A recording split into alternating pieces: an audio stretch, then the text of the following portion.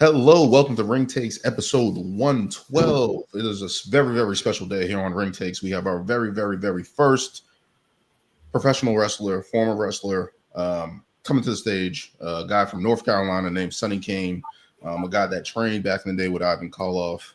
And we're honored to have him on the show, speaking to him about his career, how he got into wrestling, and getting his advice, getting his viewpoints from back in the day, especially compared to now. So it's good to have that type of perspective on the show here tonight. We're honored to have him there as we look ahead to Saturday night's main event in WWE Evolution and AEW All In tonight. So we'll start the show and we'll be interviewing Sonny, the Man Eagle, Cain, and it's an honor to do this. So stay tuned.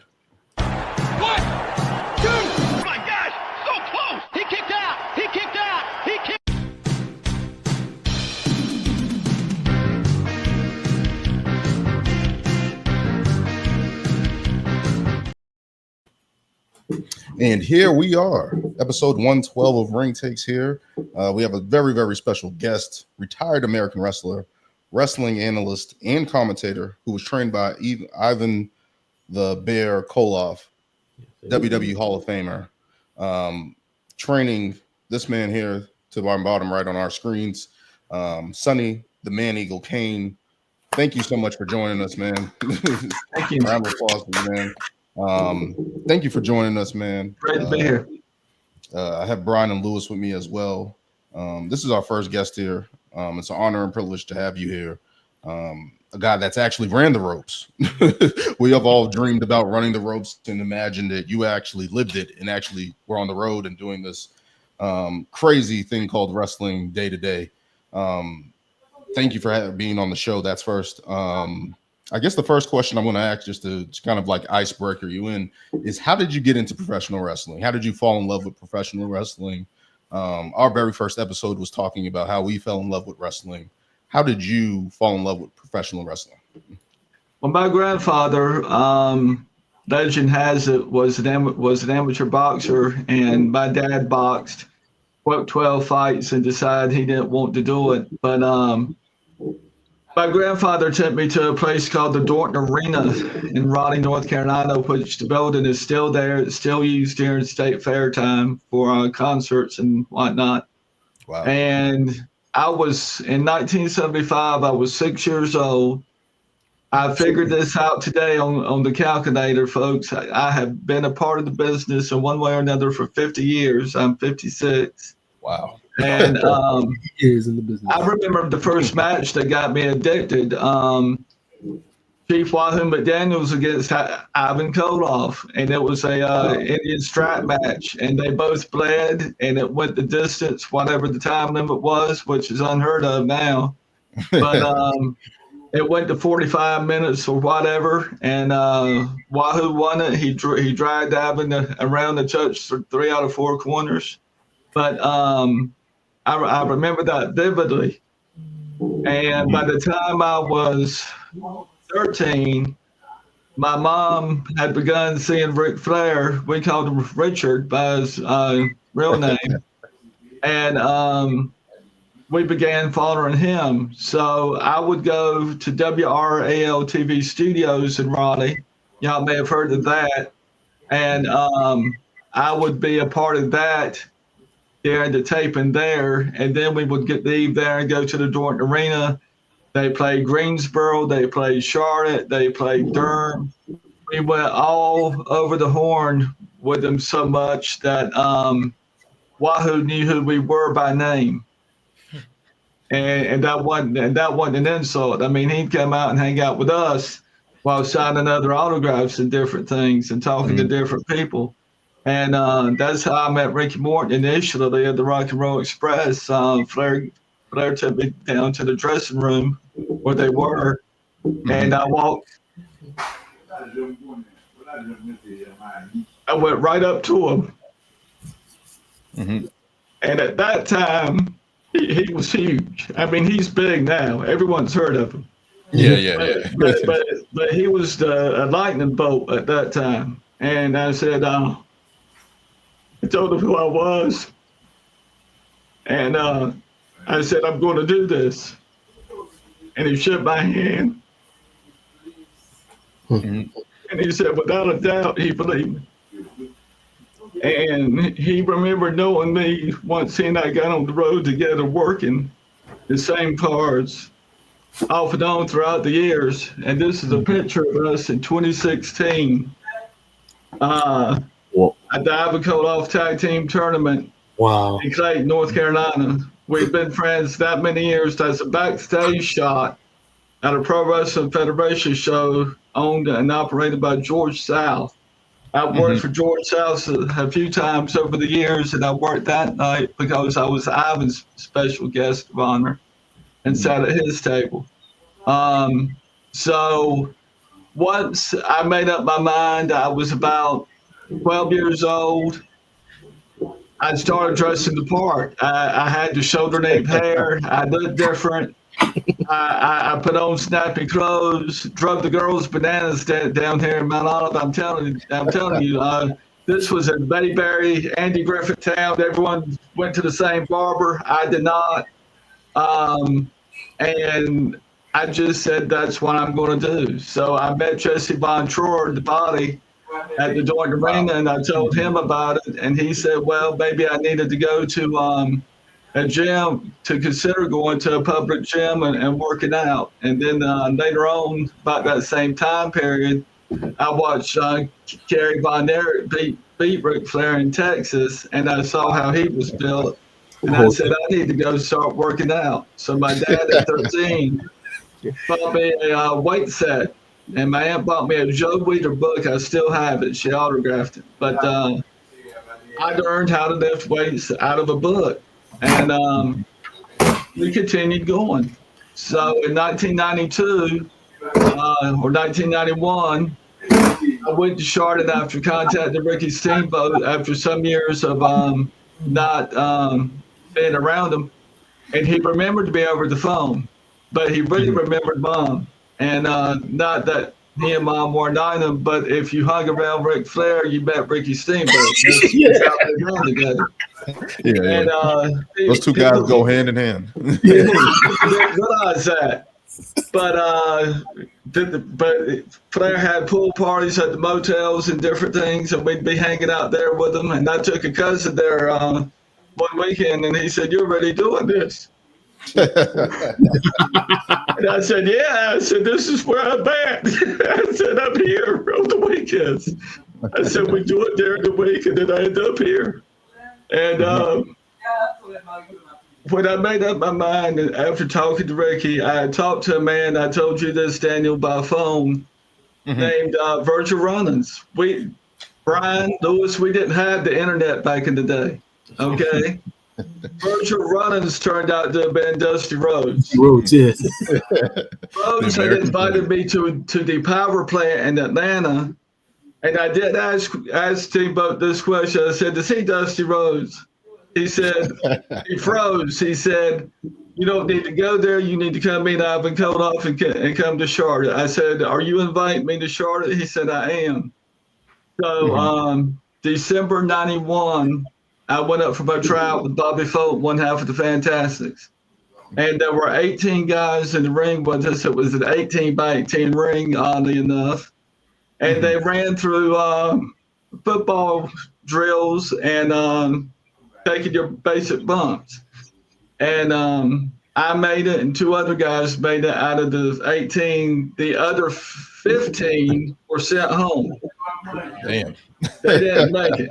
And there was $100 a tryout. And you hear about those things because you heard guys just letting guys stay in the tryouts because they'll just take their money, right? It's like extra cash. Right. To cut 15 people. They cut 15 people. They kept a guy in our camp that ended up going by the name Stone Cold. And there's a story to this I'll get into here in a minute. Anyway, Stone Cold, our Stone Cold got hurt doing this, as I did in training camp. But the week I got hurt in training camp, Ivan sent a boy from camp. It was like a co-trainer at that time, out hunting me and told me to go back to camp so I could finish. I'd only missed a week, But funny anecdote here a little bit. When I got to Charlotte to begin my career, and I showed up on Steamer's gym doorstep, he said, "You're here? You moved up here to do this?" I said, "Dude, my car's packed." I said, "Everything I could bring is in my car." He said, maybe I'll do it to go back home. I said, "We're way past going back home." I said, "Training starts tomorrow, July 6th. And I've got a show on the 4th of July with Ivan and the guy from camp." Mm-hmm. And anyway, he said, "What's your home number?" And I've got the card up here on my wall. I gave him the home number, and unbeknown to me, he called my mom at home. He said, "He's here on my doorstep." Mom said, "Well, you invited him to Charlotte," so he went. I take the opportunity, right? Yeah, And, it makes waste. I spent 2.5 weeks in a gym, and that was pretty cool until I found a place until 6 in the morning when the big lifters would go in and start lifting. I slept on the couch, and I got an apartment, and I finished school a month early because of my attendance. I only missed a week for the neck thing, and then I was back at it. And Steamer said he pulled me in the gym the week of the 5th, and he said, "I'm going to talk to Evan about you. I think you've done this long enough." And part of the reason he said that was because he and Bonnie had adopted me, his wife at the time. Mm-hmm. And not only was I working out every day at his gym, I was eating at his house from time to time. So he called on to that thing. And I said, "Well, boys got to eat." And my karate cousin, Fred Breen Jr., another true story, drove up to see me, and he followed me into into a yard. And I said, and Bonnie came out, and she talked to my cousin. My cousin's a grandmaster, and he said she was very nice. She invited him to eat too. He said no, and I said, "Cuz," I said, "Steamboat's on the way here." And he said, "Here," and he put in the yard behind. My cousin had blocked him out of his yard. But anyway, they got it on, and I graduated. And my first fight was with my idol, Chief Wahoo McDaniels, and I ended up doing the show for 12.5 years. Wow. And a few years I pulled out of the business because of work and different things, and the industry had changed. I was trying to save a marriage. And I realized that was a completely lost cause. But I got my home here. And in 2005, I went with to hear Ivan talk at a church. Mm-hmm. I knew he was doing something in some kind of religious stuff. And I didn't tell him I was going to show up. And there's a picture online of he and I at that church, meeting for the first time in several years. And he invited me back on the road with him to go to meet greets and stuff, and I did that. And later on in about 2020, a guy contacted me online from Rock Wim, from a wrestler. He and I got in touch with each other, and it was a musical loosely on Ivan Koloff that played at the Triad Theater in New York City. I had the intro to that, and they showed pictures kind of like y'all were doing to me in my career at the end of that. And it's just always gone. I mean, even when I reached out to podcasting, my goal was to get on one or two. It was not to become the wrestling analysis commentary guy of the year, but two reached back. It's Time to Fight with Matthew Terry reached out to me. That's on IMBD Pro and IMBD Now, episode 130. And then Gerald Bentley named me Outstanding Wrestler of the Week back in October. And I've done 40-ish shows with him in a row since I began. I've done Wrestle Dad's podcast, which is no longer up and running. But it's oddly enough, the producers like me so well, they became buddies of mine. They call all the time, and the communication is still there. But the whole thing just sort of snowballed. And I told Dan the other day on chat, I said, whenever I've applied myself to get back into wrestling, I've never had an issue getting back in. It's the brotherhood of all time. And and people know me here for the martial art involvements too.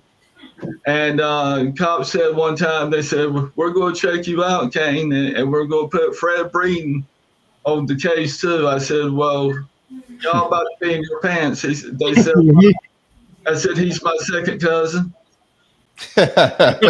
He's as black as you are, Daniel O'Brien, but he's my second cousin. And they thought I was kidding until they talked to him about it. Yeah. And there's a cross in the family tree, and we were second cousins. And that kind of killed the background check. But anyway, the Sarge turned pale getting in the car. And I said, well, y'all can handle it from there. And I never heard nothing else about it. But it's a fun thing to be a part of. I enjoyed as much as y'all do talking about it. I have my own spin on things, angles that they work today and stuff in the ring.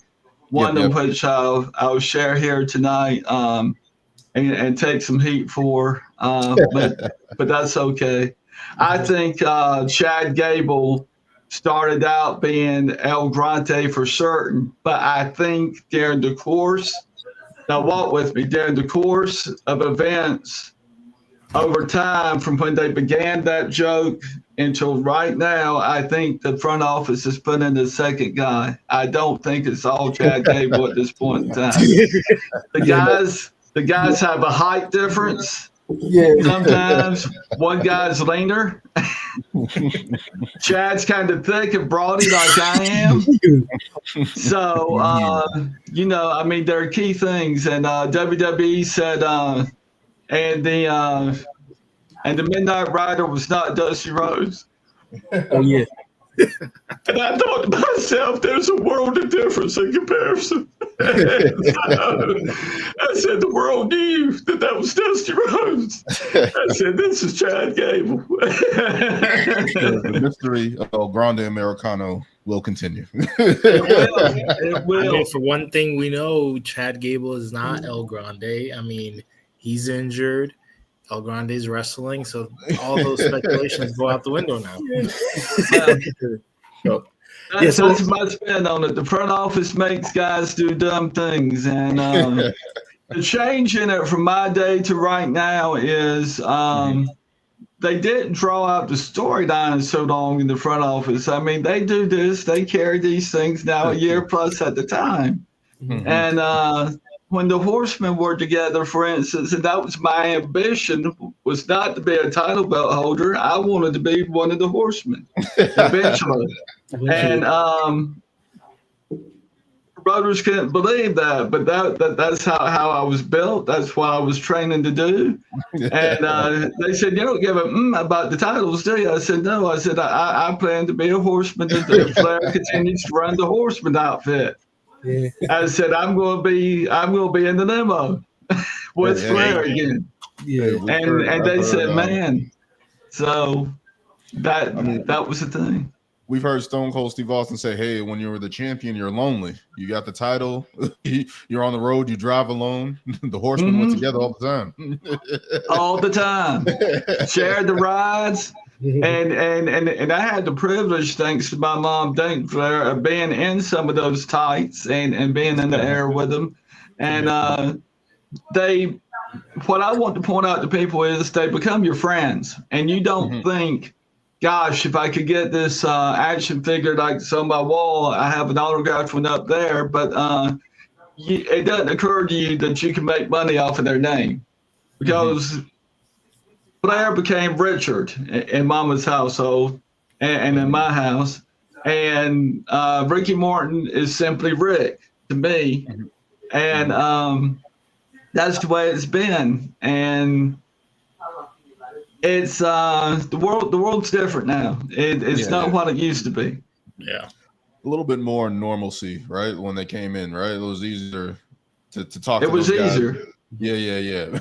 And now try talking to, if you want to have a fun night, try talking to Randy Morton the way we are, and he not know you. I mean, it's just crazy. It wasn't the biggest star in the universe, even though Flair was at the time, but even he would walk out and talk to the fans like we are. And that's what made me want to do it so bad. But once I got the bug, that was it. It was on. I would go to Charlotte and sleep in my car at an all-night gas station to make training the next day for extra training from Ivan. And he learned about this and told me to quit doing that. Yeah. That I had enough. But I had the women at the counter keeping an eye on me out the car, and they told me I was no problem. They told the cops why I was there, and the whole 9 yards. Different times. and it was different times, but that's the way the business is flipped. My guy 30 years old said, Sonny, I don't want it that bad. I said, well, you got to. I said, because that's what's going to get you to make it at the end of it. Yep. So it's a hard sport. There I was, off 23 years old on my own for the first time in a man's sport. And I knew two people, Ricky Steamboat and Ivan Koloff, period. And Bonnie. And they were the only three people I knew. Yep. Two great guys to know. All right, so quick question. With your experience, with your experience, what advice would you give to someone trying to break into wrestling today, like through the independents or so? I would say, excuse me. I would say, find yourself a good trainer. Go to somebody qualified. Look them up online. Make sure they are who they say they are.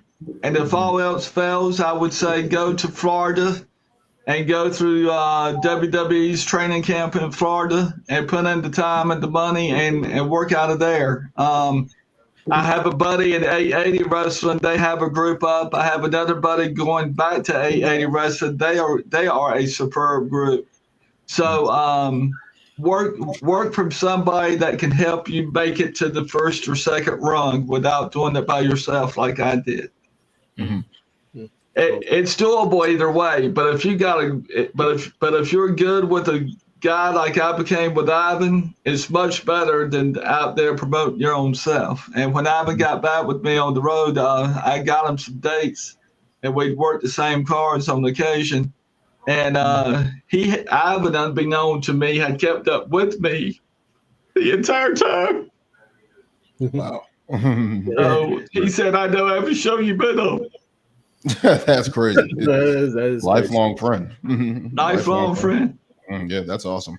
They almost don't make them that way anymore, Louis. I mean, people leave, they say, and they're out of there. Yeah, definitely.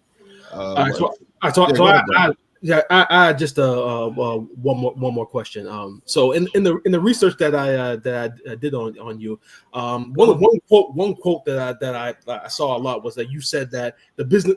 I think you just said it now. You said the business always has a way of finding you. So, yeah. So what keeps that passion alive after all of these years? So I have an ambition of at this point in the game, I want to find a league to commentate with at a table maybe. And I would like to continue to do these wrestling podcasts and interconnect with the community. It's just in my blood. I didn't plan on this. I didn't plan on being in an interesting spot at this point in the game. It's just here, and this is just what everything. So this is my office behind me, and I tell my dad all the time I've got one man room in the whole house. And anyway, it's just something that I enjoy keeping up with. I would like to go on the road and interview the guys for either your show or Mr. Bentley's show, and bring them on to the shows. And I want to help the current wrestlers tell their story like I've been able to share mine. Everyone has a story. That's awesome. We talked off air. What was I going to say? I had a train of thought there. And we talked about the wrestling community. Yes, sir. We talked about how when you go to a basketball game, people are there for business meetings. People are there to get something signed. People are there for random stuff. It's not necessarily the sport of basketball and stuff like that. When you go to a concert, people have their phones out doing other things. I've mentioned when me, Brian, and Lewis have went to WWE shows, AEW shows, everyone from the kids to the concessions person, everyone is there for wrestling. Right. Literally everyone is there for wrestling. Like people are singing songs, people have the belts. And I'm envious of the belts when people have the belts out there. So just seeing everybody out there just there for one thing, being there for wrestling, it's a different feeling that I haven't had going to other sporting events and doing other things. Like it's completely different.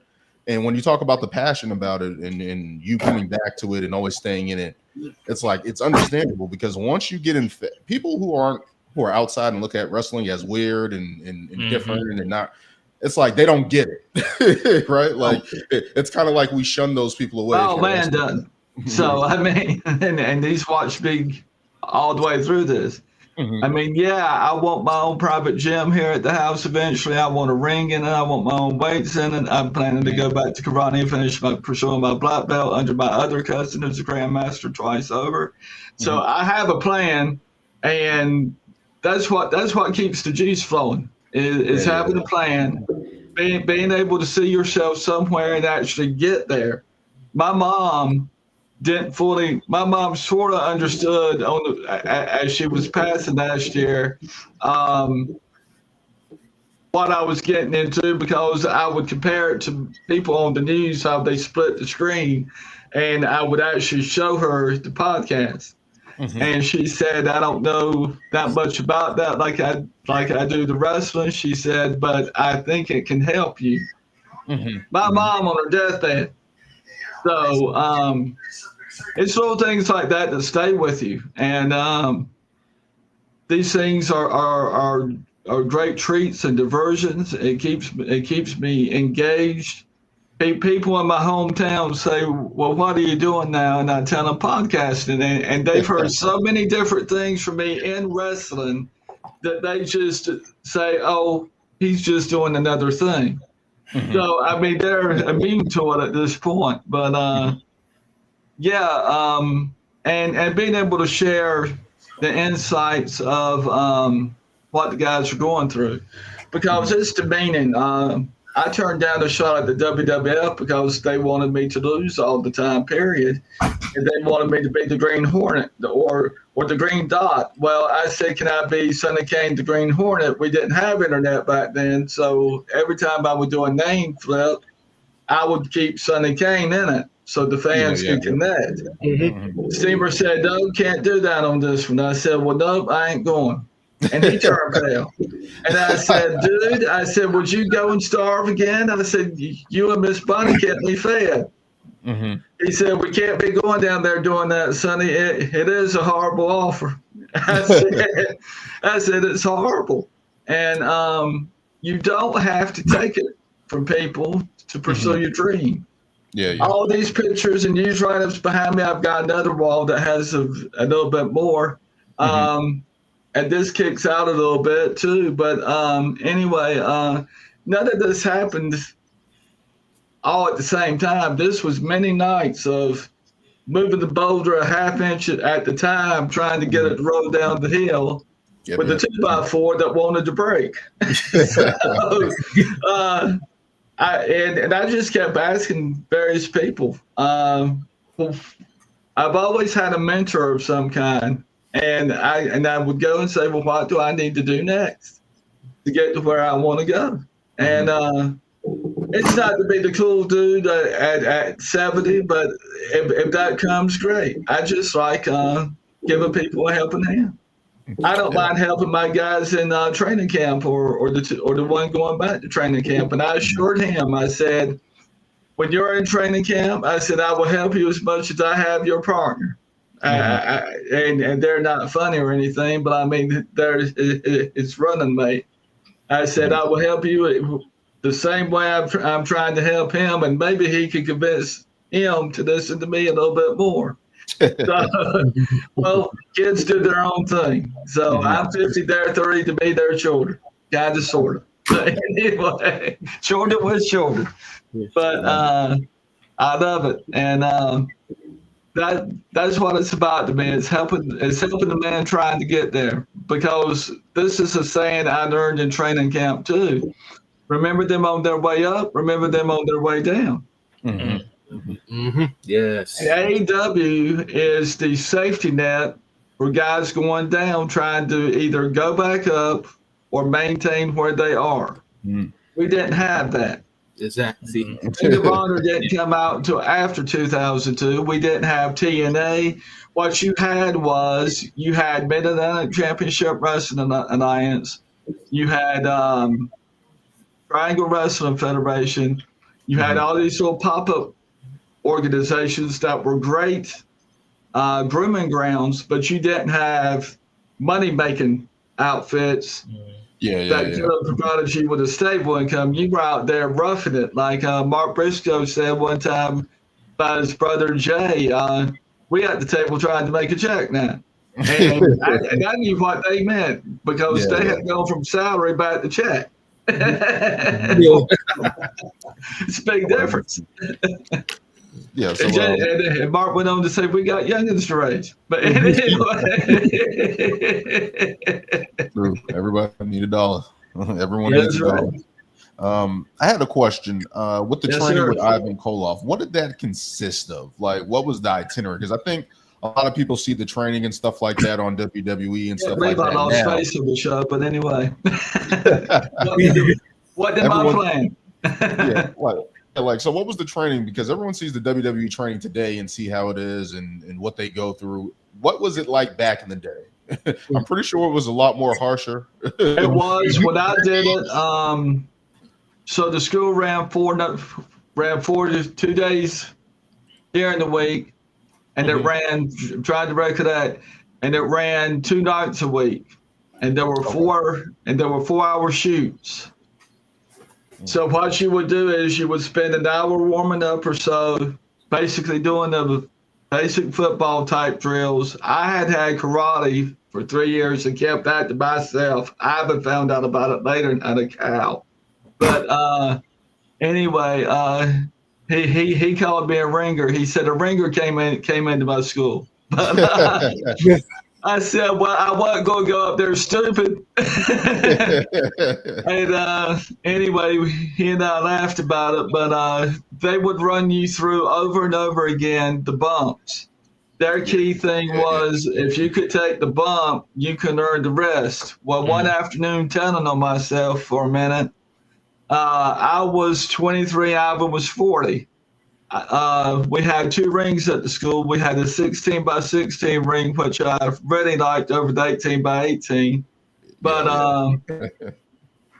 I jokingly called Ivan an old man. And he called me out. He said, come here. I said, okay. And it was very nice on how he went about it. He said, we're working over here today. I said, okay. And we wrestled 3 out of the 4 hours. No break. It was a draw. And I told this online, and online ended up calling it a sparring match. But Ivan said he knew at the end of that day that I was teachable and that he had taught me more than he thought he had. Because eventually what we would do was, and again, he didn't know about martial arts. He used some martial art moves a lot during our little involvement. So I I had an idea of what was going on. And he wore me to a frazzle. And I'd go home and sit in the crib or whatever in my little empty apartment. I had a little bed in there, a little sleeping bag set up. And Bonnie, when she saw it, felt sorry for me. But anyway, I had a little TV. I had it going on. But Louis, I had a roof over my noggin. And, you know, we got a dream, we got to go. And that's what I told Bonnie. And she said she had seen it in the Steamboat too. And I said, well, I'm here and I'd pop a wine cooler on the weekend easy and drink a couple of them.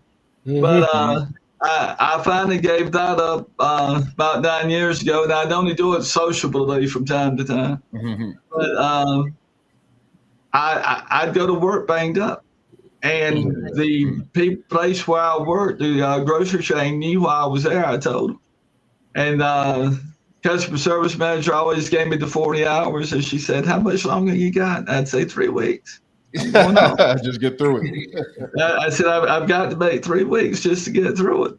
But that was funny. At my apartment, we had some guys in the hood that were 2 doors down from me, and I knew they were shady. But my cousin showed up, the grandmaster in karate showed up in the deputy sheriff outfit.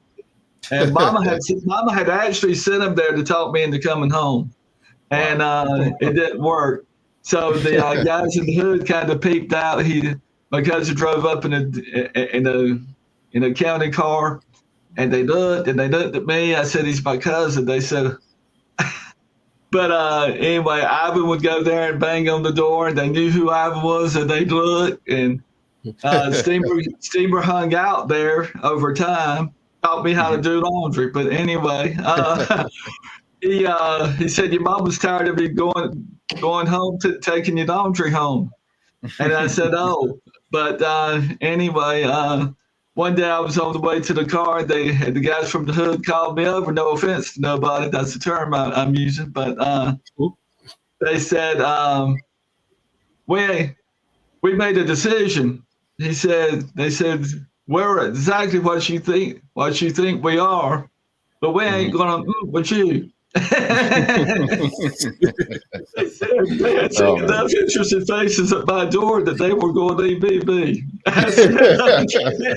Ivan and Ricky and my all these cousin, wrestlers show up. Yeah. Like, we're going to make the decision to stay away. The Steamboat show up. They knew who she was. And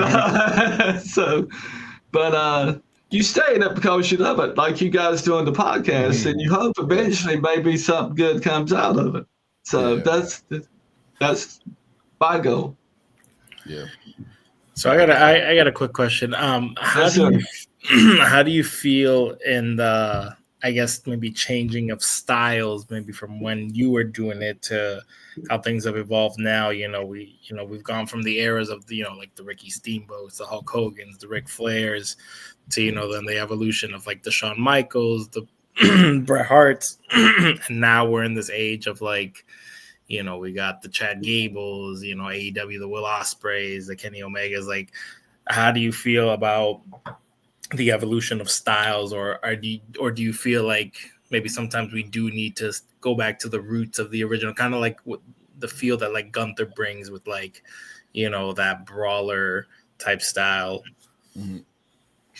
Great question. I think in some ways it's heading back to old school currently. I think the guys are put more into their character portrayals that they have the past few years. I said online, serious as I could be on X, I said they had ought to call it the interview era.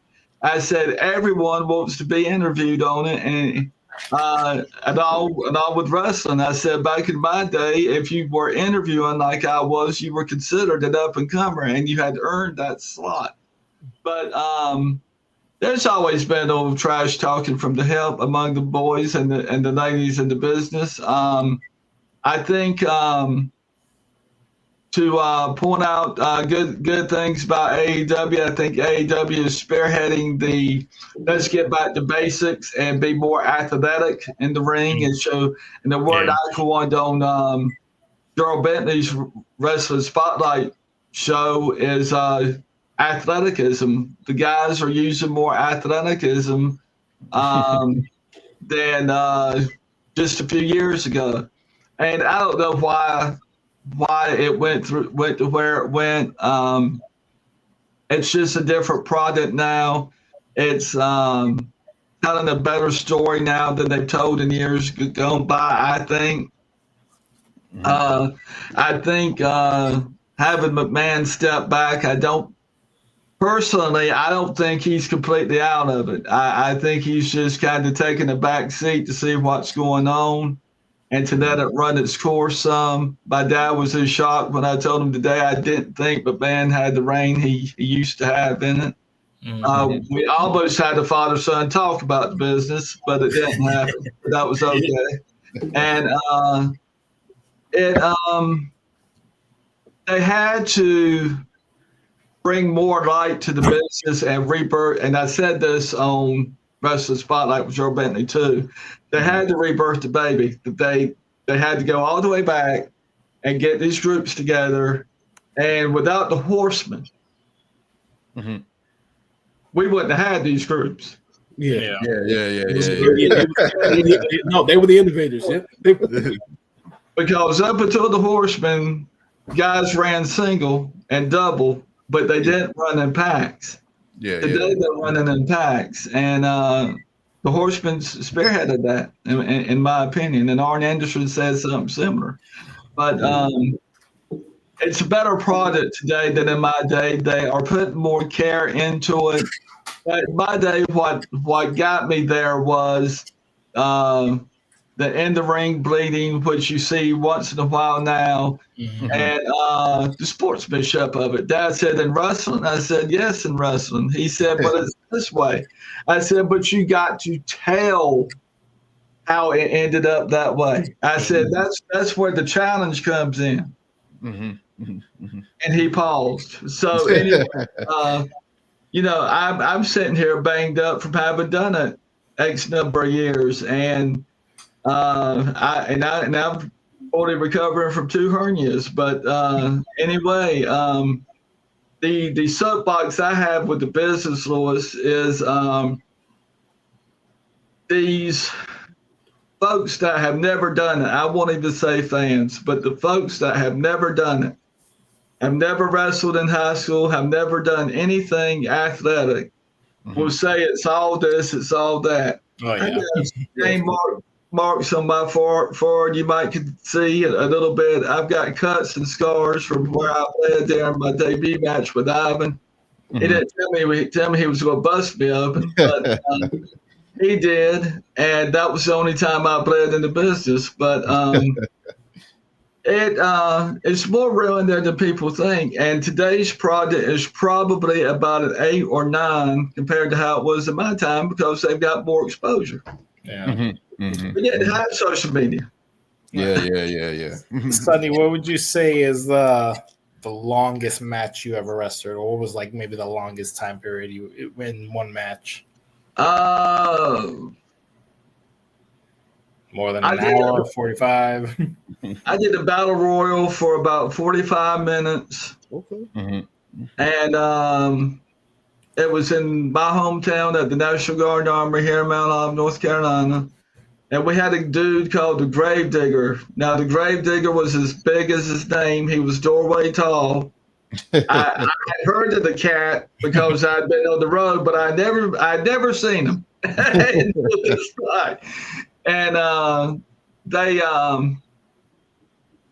outlasted every man in the battle royal during the 45-minute brawl. A promoter that I rivaled with in real life named Big Slam. Occasionally he'd go by Big Slam Vader. He was Crybaby in the WWF. But that was his name. But anyway, he got tossed out. Everybody went over. And what was supposed to have happened, here we go. The Gravedigger was supposed to have won it, but it was supposed to be Big Slam versus the Gravedigger. Now, Big Slam was about 600 pounds. Jesus. So he could have handled the Gravedigger. Mm-hmm. Well, things went on, and everybody was out of the ring, and I turned around, and it was the Gravedigger and I. Uh-oh. And I sat there like this going, anyway, it was the main event, and I tell you the truth, I went over the top on my own. I threw myself out, and I was halfway to the locker room, and the Gravedigger got on the mic and told me to get back. So reluctantly, I went back to the ring, and he raised my hand and gave me the match. And I thought that was cool. Another time, I wrestled the original Iron Sheik in Smithfield and beat him in about 30 minutes. And we hadn't seen each other. We met in the ring, period. Wow. And I had wanted to talk to him, and I told him that, and in the ring after the fight. And he raised my hand, and the two refs ended up coming in the ring to separate us because once he started talking, he really wanted to talk. Uh-oh. He had trained Ricky Steamboat, and he knew I knew Ricky, and that was the connect. And he and I would have stayed there 15 more minutes shacking, but that's what the fans really wanted to see was us shacking. Wow. Wanted to see you guys really go at it. Yes, sir. Can I bring this up? Let's take a look at some pictures here that we got here. That's you with the Wrestling Spotlight championship belt. I believe Gerald Bentley made you Wrestler of the Week. Yes, that's sir. a podcast you do with Gerald Bentley. Good wrestling podcast. I'll put the link in the description below. Thank you. And he's going to put this on his show. So yeah, so like that's pretty cool, to get that recognition and stuff like that. It would need y'all to contact him to send him the video or whatever, or him get the video. We'll definitely set that up. Let's go to the next slide here. Now, this is what I wanted to talk about: the gear of the Man Eagle. Right? I don't know if you have the date of when this is, but can you tell us about just 1998.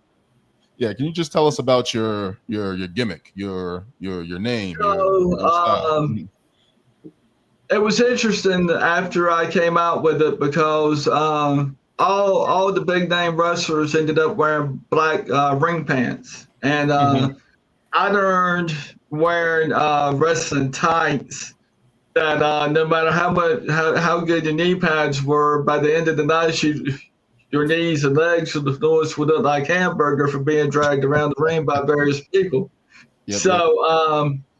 I ended up going with pants and black boots, but I wore the black and white for my friend Wahoo McDaniels, who wore a black wrestling attire suit and white Indian boots. But I ended up wearing the very gear that some of my favorite wrestlers wore, other than the white gig top, and I did that for black and white TV. Because that's what turned me on to it, was rabbit ears, black and white TV. And back then they had matches so good, Brian, that they didn't need the pay-per-views because their matches would go 45 minutes, an hour, whatever. And the pay-per-views came along, and the guys probably looked at each other and said, well, this is a regular night. I believe Ric Flair called them Broadway shows. I incorporated my martial arts into it too, and that's how it all came to be. I'm part Native American as well, and it was to represent them too in it, and it got quite a pop as time went on. To my surprise, and even today. Sweet. Let's keep looking on here. Now, that is Ivan Koloff on the left of the picture and Nikita Koloff on the right. What can you tell us about those guys? Obviously, Ivan trained you, but with Nikita there as well. Nikita knew that I called Ivan Uncle Ivan, and I told him I did it because he had begun it. I told him to his face, I'm a very man-on-man kind of person. I shoot from the hip. That's why Bentley and I get along so good, I think. But anyway, I said, look, I went to Ivan in the first place because he had trained you on the road, and I think that's why he's making eyes there a little bit, because I told him that night. I said, and I knew Ivan had been a WWF World Heavyweight Champion for 3 weeks. I said, and that had impressed me. What I did not know was Ivan had also been a World Championship Wrestling Heavyweight Champion. Oh, okay. And so he had held it twice over. And things were fair between Nikita and I.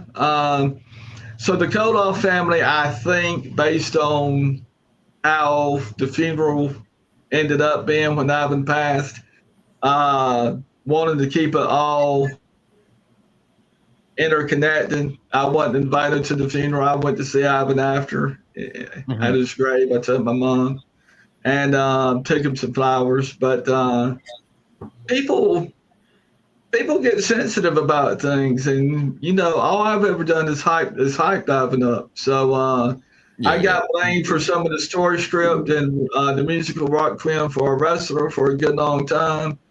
I didn't tell the dude to go south on it. I told him not to. He told me he was going to do a few ideas. I said, dude, they going to eat you up at the end. I said, the Koloffs are going to fry you. And true story, I was outreach person also for that musical. It was loosely based on Ivan Koloff. I contacted Priscilla Presley, and she called me twice. Wow. To watch the show. So I had people watching the musical, and the guy doing it just got all self-righteous and let all of us go, and that was fine. But people take things wrong. They don't understand everything sometimes, and they form a judgment, and it shouldn't be that way. Yes. But in this business, Louis and Brian, that's the way it rolls a lot of times. I mean, I was a kid from out of nowhere, and here I was hobnobbing with Ricky Steamboat and Ivan Koloff, but they took me because, Louis and Brian, because of my dedication to the sport. They saw that I had moved up there. I was serious. I was at the gym every day, and I wasn't expecting Bonnie and I to become such decent friends as time marched on, but we did, and it all ironed out. And to this day, if I would see Ricky, we'd talk 2 hours. So, I mean, without a doubt in my mind, he and I would carry on. So that's the way it's always been.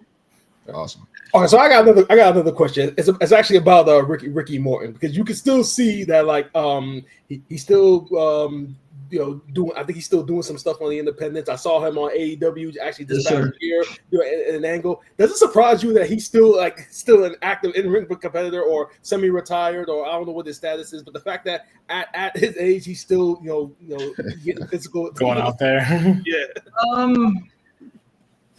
Not overly surprised. The only reason that I haven't entered back into a ring just yet is because it's not local. It has a way of pulling you back into it, like these 2 young fellas that I'm going to be grooming a little bit when they go back to 880 school, when they're both in 880 training camp school.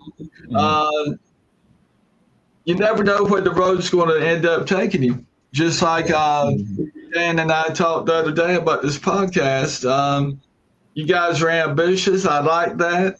Dan and I talked about cross-promoting of the 2 shows, grouping up and whatnot. And that's what it takes. It follows you to the point that when I showed up in Clank, North Carolina in 2017, or 2016, Ivan, George South, and I walked around to the side door, oddly enough, where a little group of people were. And probably 25 people all circled up, waiting to see the stars walk in, and Ron Simmons happened to be among us. And they yelled out, "It's Sonny the Mad Eagle Cain from Twitter." That's awesome. George South went. I said, well, George, I'm on there every day. I've got about 500 fans. And he said, my goodness. And anyway, that's the way it went the rest of the night, sitting at the table, meeting and greeting. And what people here in town don't realize is they know I wrestle, but they don't know to the extent that I've done it. Most of them. The police department does, because the police department used to attend some of different things. And anyway, it's good to have them on your side, Doris, instead of against you. I bet. Let's get back to the pictures real quick. Yes, that's sir. you with Slick Rick. That's you with Ric Flair. Yes, sir. How early was that picture? Young Ric Flair, man. Gosh, I was in college at Mount Olive College. It's now University of Mount Olive. They flipped their name around. Same school. But I was probably 20-ish at that time. But I had known Flair since I was about 9 or 10. Yep. Wow. So that was that. And I had one of Mom. I'll show on another show. The three of us grouped together, and Mom happy as a lark. I can always tell by how far something back is by Flair's hair. Oh, yeah. that's the one giveaway. I can always tell by that. But you know, he had that when people didn't wear it. So I mean, yeah. He continued to wear it that way, and he didn't bowl cut it until later on, and he didn't start business styling it until he got into WWF. And I wish he'd gone there younger. But yeah. Mm-hmm. I got on him about it actually several times, and he just kind of shut it down and wouldn't deal with it other than to say it's a money thing. And I said, well, I get that too. So and he himself tried to talk me out of doing wrestling. And I said, but I think you're missing the point. I said over dinner with him one night, I said, I want what you have. And he quit eating. So he quit eating and looked me right in the face when I said it. And he got to Mama. He said, I don't think I could change his mind. Mama said, probably not. Now, it's funny because we did talk off air about that. Like, Ric Flair told you not to start wrestling. And then I'm going to go to the next picture. Ricky Steamboat also told you don't do it. And I think we talked on air, and you were talking about just family life, and we all seen Ric Flair and stuff like that with his life. Ricky Steamboat, I believe his stuff has been documented a little bit as well. Yes, sir. That two of the greatest wrestlers told you not to do it. Greatest in-ring technicians, yes. Like, that's the craziest thing to me when you told me that, and just the fact that you continue to do it.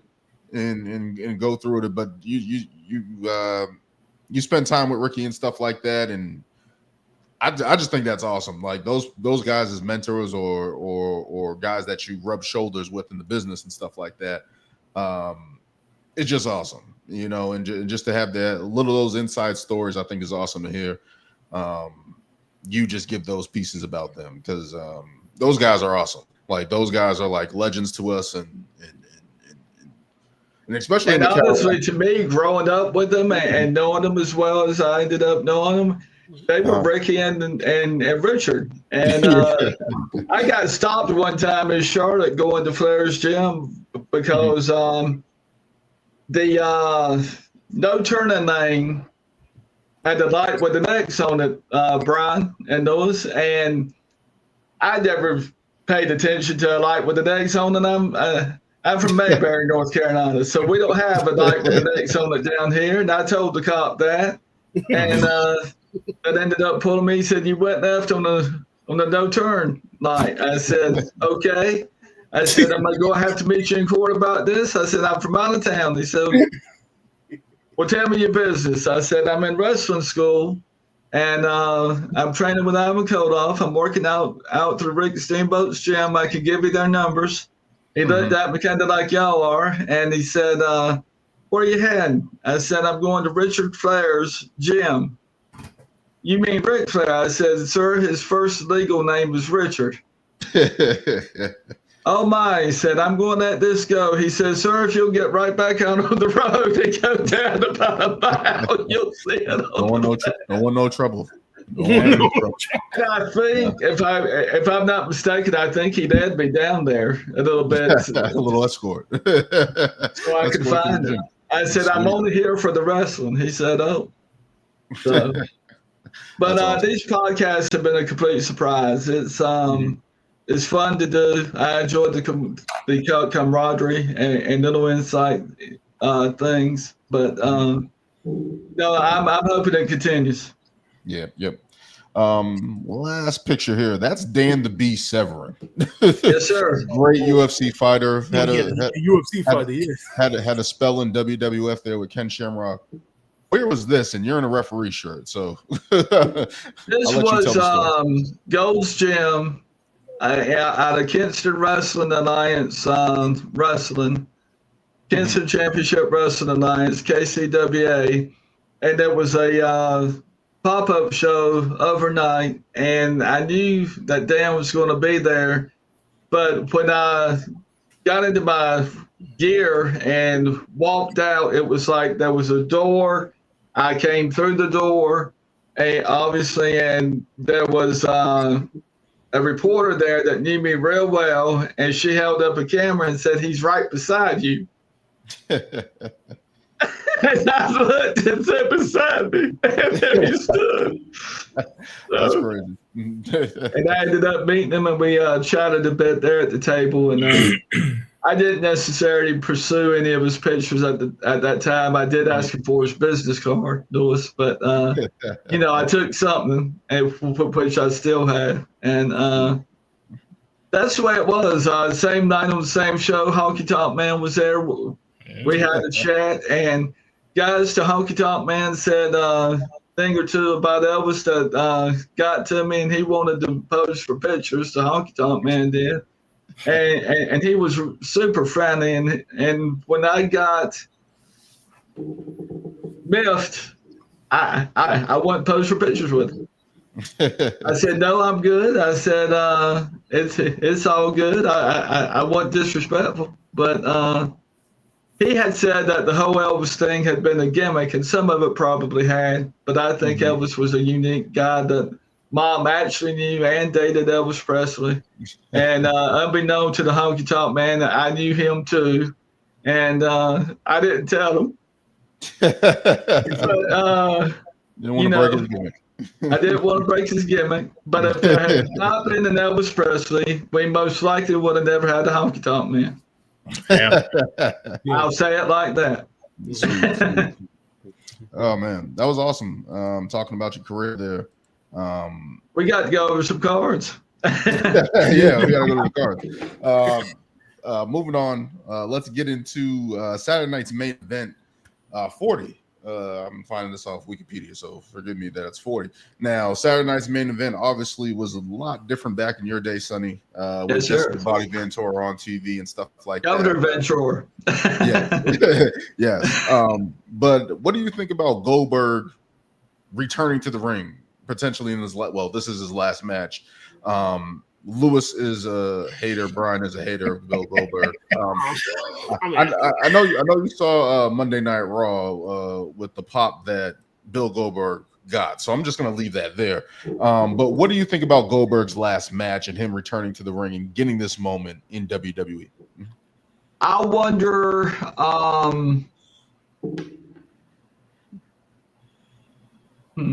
I wonder what kind of condition he's in emotionally with his father passing. That's just come up now. I wonder if they're going to go through with the match or postpone it for another night. That would be my suggestion. And I think if anyone could upset the ring general, I think he can. Lewis and Brian, I have not been on the Bill Goldberg train the whole time, but his passion and intensity for the sport's very becoming. And Goldberg was somewhat made a product of the World Championship Wrestling Power Plant people. Yep. Yeah. And when he walked in and went to stardom as fast as they accelerated him, that rubbed shoulders the wrong way, and probably still does. Yeah. And it wasn't your typical guy like me or Ricky Morton or even Rick Steamboat who went up through the leagues and organizations. You had a guy stepping over all that, going straight to it. Yep. So I think that's the fanfare wowness to it. Yeah. Goldberg has always had a very strong, powerful presence. I mean, I was definitely a fan back in the day. I didn't watch as much WCW when it was on, but I knew of it and I knew how big he was. And then once the whole merger and everything happened, and just saw like what he can do in the ring, I was like, wow, this man's a behemoth. He's a beast, and and he had the coolest entrance. Even today, I'm like, he still needs to inhale the smoke from the fireworks. And that'll just make everything great. A little bit.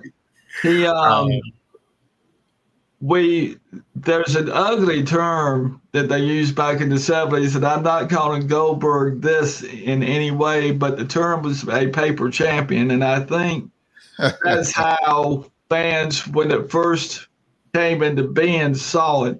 But Bill Goldberg is an accomplished martial artist away from the ring. Yeah. And from all accounts, he's a super nice guy. And I always watch what I say, because if you guys have me out on interviews, I don't want to be. I don't want this to come back to bite me and they say, well, I saw. Yeah. And what did you mean? Well, Bret Hart would say different, but but no, Bret. I mean, my only gripe is with this match is just one. I don't think the championship needs to be on the line, but that's just me. Two, I don't know. For me, the moment has passed, and I feel just to spring up this whole, it's Goldberg's last match, but he gets a title shot. It's just, I don't know. I feel like there should have been more of a build. Yes, they, had the little interaction at Bad Blood, I believe, last year. Yeah, last year. But it was very small, and it's just now coming back full circle. But I don't know. That's what I mean from the front office. They take too long getting to the bottom line. Yeah. For me, it's just too little, too late. I'm a Bloodline fan, and here we are seeing that rekindle a bit. And I question Paul Heyman, because the minute OTC walks back in the door, guess where Paul be? He'll be in back of OTC eventually. I mean, he's done it the whole time. Yeah. So that's what I want to say about the Bill Goldberg situation, because as Sonny said, it just takes too long. Like, they should have had a Saturday Night's main event last year when Gunther was champion. Got this out the way when it was a moment. Now you're getting the older Goldberg, who might not be in the best shape. Unfortunately, his father just passed. All this stuff is happening, and it's like, I just hope it goes right. Whatever they do, I just hope it goes right. I hope he's healthy. I hope he gets through the match, whatever it is, whatever the match is. Yeah. I just hope he gets through it healthy. I admire his tenacity. He's held on. He said he has said, I'm a serious player, and I have been with enough of these guys away from the business to see how they really are, and maybe one day he'll come out and say he didn't expect all the attention he got coming from the plant, but we've not heard his story yet. So until we do, I don't want to judge him. Yeah. In any way. So definitely. Well, Goldberg, he has his place in history. I think like one of the critiques with Goldberg amongst a lot of fans is that like a lot of people feel that like he didn't really like love the business. Like he feel like he was a guy that played football. Football was his true passion. He played football, loved football. Then and then he saw wrestling, and then thought, oh well, this is something I can do with my abilities. Had a great business plan, so to say, and became what he became in WCW. So I think because he didn't really have that story that's similar to you, Sonny, of watching wrestling since you were 9 years, being in it since you were 9 years old, and pretty much being a fan since you were a kid. I think that a lot of that is one of some of the reasons why people don't really like Goldberg, so to say. Right. Yeah. And he may have just found himself in that unique spot. I mean, I'm sure WCW was hunting somebody who could carry the ball, and they saw his size, and they said, well, we're putting it on him. Well, the fans, I didn't, so I can imagine what the average fans felt at the time. I didn't know that much about Bill Goldberg. And here he walked out. He's the champion for X number of months, and I'm going, well, that's cool, but how can that be a guy that just came out of that field? We were all scratching our noggins going, what in the world? I think because he was like the first real guy out of that power plant, right? Like during that time, like he was the first guy that was pushed to the moon, actually put on TV. They had some other guys in there that they showed on TV, but they didn't have the look. They didn't catch on. Goldberg's athleticism and size and was just different than anybody on the product. You had the Giant at the time who was 7 feet, but he was a lumbering giant.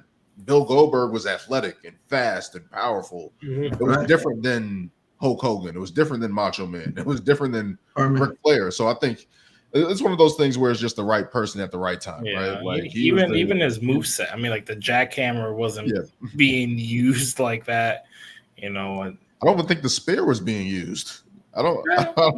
Not as much. I don't really think so, but it's just like I think that's what got him over during that time, especially where WCW needed an injection of something fresh and new. That was Bill Goldberg for that time. I think it was an attempt for someone to come and save the dying company. The company was in the toilet at the time Bill came out, and as good as he was at the moment, one person couldn't save it. And when Flair jumped ship and went to the WWF at that time, Flair went behind Flair. So, everybody started watching the WWF again to keep up with Flair. Flair was the guy that you liked to boo. And it was crazy because during that time, I had the VHS tapes of all the stuff there. So back in the day, but it was like Flair was only in that 92 WWF run. He was only there a year. Right. And to think that everybody went with him to WWF, it was just like, that's crazy. Everybody. Randy Savage right on down the line. Steamer went back. Everybody jumped on board. And if you see Flair anywhere, even today, step to the side, Steamboat's coming. So that's the way they just go together. That's the way they do it. It can be anywhere, any event. Looking at Goldberg's last match, what is the chance of him winning the title? Is there a weird scenario? Because everyone's throwing out there that he wins the title and then Seth cashes in. People are throwing that theory out there. And I'm just like, if Goldberg gets lucky enough to win the title, not being rude or anything, I don't think Seth will be a problem even if he cashes in, because Goldberg still has the momentum that he had in WCW behind him. The question is, can he get by and be in front of Seth? And I think it would be a unique turn of events, and I think the psychologicalness to that would irritate Seth to the point that maybe he would lose his focus like he has it right now. That here's a brand new guy, I don't know anything about him. And here we are, and I've wasted my time. He'd probably say, but anyway. The only thing I don't like about the idea about Seth cashing in is just that I feel as though that like then you won't get like the exclamation point on Goldberg's career. I feel as though like if he were to cash in, that kind of like gives Goldberg a reason to say like, okay, I'm not done yet. There's unfinished. Yeah. It's unfinished. So what you're saying is that you don't want to see Goldberg at SummerSlam. Not necessarily. I just feel as though this is going to be his last match. I just don't feel as though that like to cement his career. I don't think he should go out on a Money in the Bank cash in. Like just get. Now we all know the tradition is to when you're leaving that you have to put the younger guy over, so to say. You lose on your way out. Yeah, lose on your way out. I just feel as though like he wins, come out on top. That's great. But then to lose for on a cash in, that's how his career ends. A Money in the Bank cash in. I know that kind of does fall in the line of kind of losing on your way out, but it's but Money in the Bank has only been around what? I know it's been around 20 years since 2005. But we're talking about like the entire history of wrestling. I just feel as though for Goldberg just having that defeat against Gunther would just be enough. You know, get the defeat, get the standing ovation after. He's in Atlanta. The fans love him. So I just feel as though that would be a better way to end his career than on a Money in the Bank cash. Yeah. See, and this is why for me it's like the title should not have been put on the line because if he wins, I feel like that just knocks Gunther down so much. I mean, he probably could take the loss, but it's like at this point, I don't know. It's like you have such a top star, and now you're having him lose the title again so quickly, and I don't know. For me, it's just a bad look on Gunther if he loses the title. But again, like Brian just said, I think if Goldberg wins to then just be cashed in, it's like, is he really even getting that moment? It's like overshadowed. Yeah. And my problem with the whole Gunther promotion from the front office at this point is why are they not letting him have the champion's airtime that the champion should have? Exactly. It's like they just bring him out to do the match. He's got to bully his way to get the microphone. And the fans say, why is he doing that? Because they're not giving him the time to say what he wants to say. Yeah. And it's just odd to me that that some of the guys seep through the cracks or through their fingers and get missed opportunity. R-Truth. Triple H said, did you enjoy the show this week? I think when they released R-Truth and he got another offer from another ding company, that set WWE on their ear, and they said, well, we got to go back to R-Truth now and do better. And, you know, the guys have that now. In my day, they didn't. So when I stepped back, it really was a shock to Ricky. But anyway. It is crazy to see, and I think I was telling myself this. I was like, it's crazy how little TV time Gunther gets as world champion compared to the opening segments with Seth, the longer matches with other people, and it's just like he's only really wrestling on PLEs now, which I mean I get if you're the champ, but it's just he gets very limited spots on Raw, or is it? I feel like isn't highlighted as much. He's not even week to week sometimes, you know. So, This has been going on. This has been going on for Netflix. The Netflix debut. Right now, in my opinion, Gunther's a better heel than John Cena. I think. Yes. He doesn't have to do all that. We have talked about that on this show about John Cena's heel turn. But Gunther, I don't get it either because he's good on the mic. He gets his point across. He's a monster in the ring. He's a monster on the promos. I don't understand why they aren't utilizing the champion, the person who's holding the belt for the show. The Judgment Day get more screen time. I would say this about John Cena, though. I think John Cena could flip back before he retires. I'm watching some of the angles, and I'm going, he hadn't made his mind up yet. How he wants to go out. You definitely saw that in the in his last title match against CM Punk at Night of Champions. They definitely alluded to that. But the fans have definitely put their foot down and said like, okay, John Cena is gonna be gone and away by the end of the year. So we want to appreciate this now. Me. I'll stand by that. I'm just ready for. I just want him to be a heel, get it over with, lose on his way out. No, but over as I said, I put it out there. End as a heel. I put it out there that I wouldn't mind John Cena holding the title until WrestleMania. I did put that out there. I would not mind seeing that, but we'll see how it goes. Let's get into the other match there on Saturday night's main event. We got LA Knight taking on Seth Rollins. Are they calling this Seth Rollins group the Empire? They hinted at it with the Empire Strikes Back reference. I mean, but yeah, we got LA Knight. They cost LA Knight in the King of the Ring tournament, and he's been kind of just battling this group, unnamed group. They're calling Paul Heyman the Oracle now, which I think is interesting. Paul Heyman just getting better and better every time he's on TV. He's just every time. He's speaking Spanish now to Penta. Trying to bring Penta over, I think, and I don't think Penta feels that.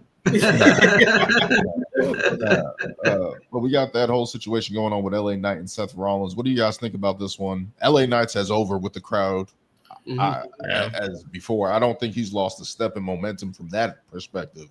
Booking, I can say that it's been off and on, but at least he's in the main event spot with Seth Rollins. So what do you guys think about this matchup on Saturday night's main event? I'm happy that LA Knight's finally getting to be in a main event spot. Yes, it's a Saturday night main event, but I mean, hey, we'll take it. I just don't think Seth's gonna lose right now, especially with that group. So I don't know what he has next after this. So I think that's my only gripe about it. But I mean, hey, highlight him as much as you can, and hopefully he gets a chase soon. I think he definitely needs it. I also agree, Lewis. I'm very interested in the character direction of LA Knight right now. He's essentially been hunting Seth Rollins and these guys for the last couple of weeks, turning up randomly, doing random attacks, going to the crowd. And when you're that over and your character is moving in that direction, I mean, it's only positivity, because like you said, Daniel, he's more over than Rover right now. I mean, we all want to see LA Knight on that next level. We talked about when he didn't win Money in the Bank and how on social media people were tweeting out like, this is like there's a number of years now that he's been over, and like you guys haven't pulled the trigger on him. Like, well, what's wrong? We love this guy. So now that you kind of see that he's mixing it up with some of these guys in the on the main event level now, it's tremendous. So finally getting out of the mid card. Yeah. Hopefully this is the start of that. I'm tired of seeing him fall his way through things. He and Sami Zayn, in my opinion, have that in common. They're both out there working night in and night out. They show up hurt. They stay late. They're the last to leave, and I don't get why they're not being utilized. And they say the buck stops with Triple H, but I wonder about that sometimes, because Triple H himself has been in these spots, and we've seen LA Knight for a year now clawing his way through things, and I think it's stupid, because LA Knight's there. He's great on the mic. He gets the crowd behind him. I'd like to see an upset between he and Seth on Saturday night's main event. And the promo that they did on Raw was awesome too. So it's like he still has that part of it too, where they have the vignette of him, of him looking good. So I'm like, they got to hit while the iron's hot. I know we've been talking about Sami Zayn for a long time, but I was just going to say weeks ago. I've been saying on this show, they're putting him as a loser. He loses all the big matches. He gets beat up. I mean, hopefully this issue that he's gone away, he comes back stronger and actually gets some type of push and run with it. But I agree 100%. Him and LA Knight are probably two of the guys that, even on LA Knight was on SmackDown, you're like, these guys should be in the title picture, should be going after titles, should be. And LA Knight could use to win. So yes, he does. Yes, I agree with that completely.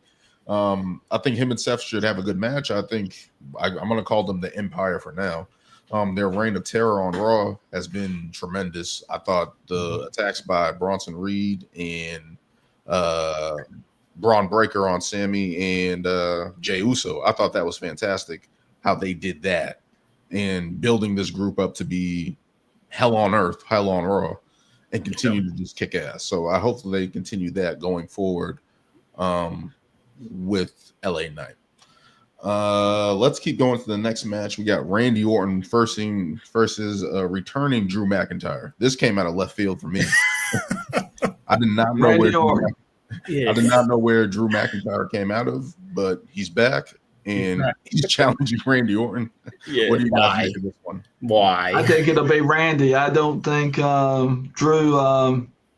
It'll be a good fight, but I think Randy's been there a bit longer. I don't know what the extent of his back issue is.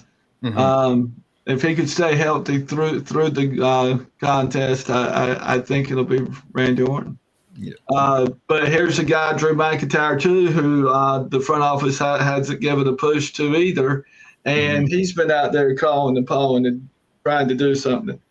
And sometimes I think the promoters get fixated on a certain thing and forget the other things. So, definitely.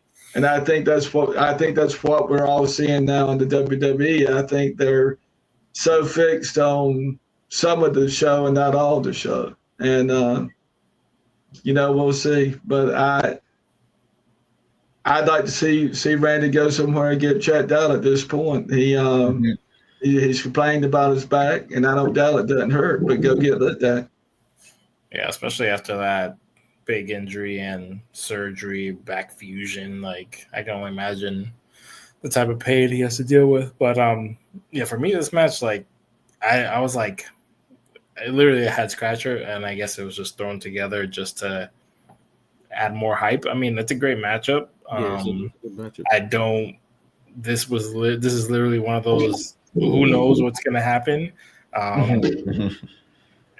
think Randy could use the win, especially after that loss to Cody in Saudi Arabia. Yeah. Maybe we get maybe it's even a no contest, and he just gets himself DQ'd and beats the crap out of Drew.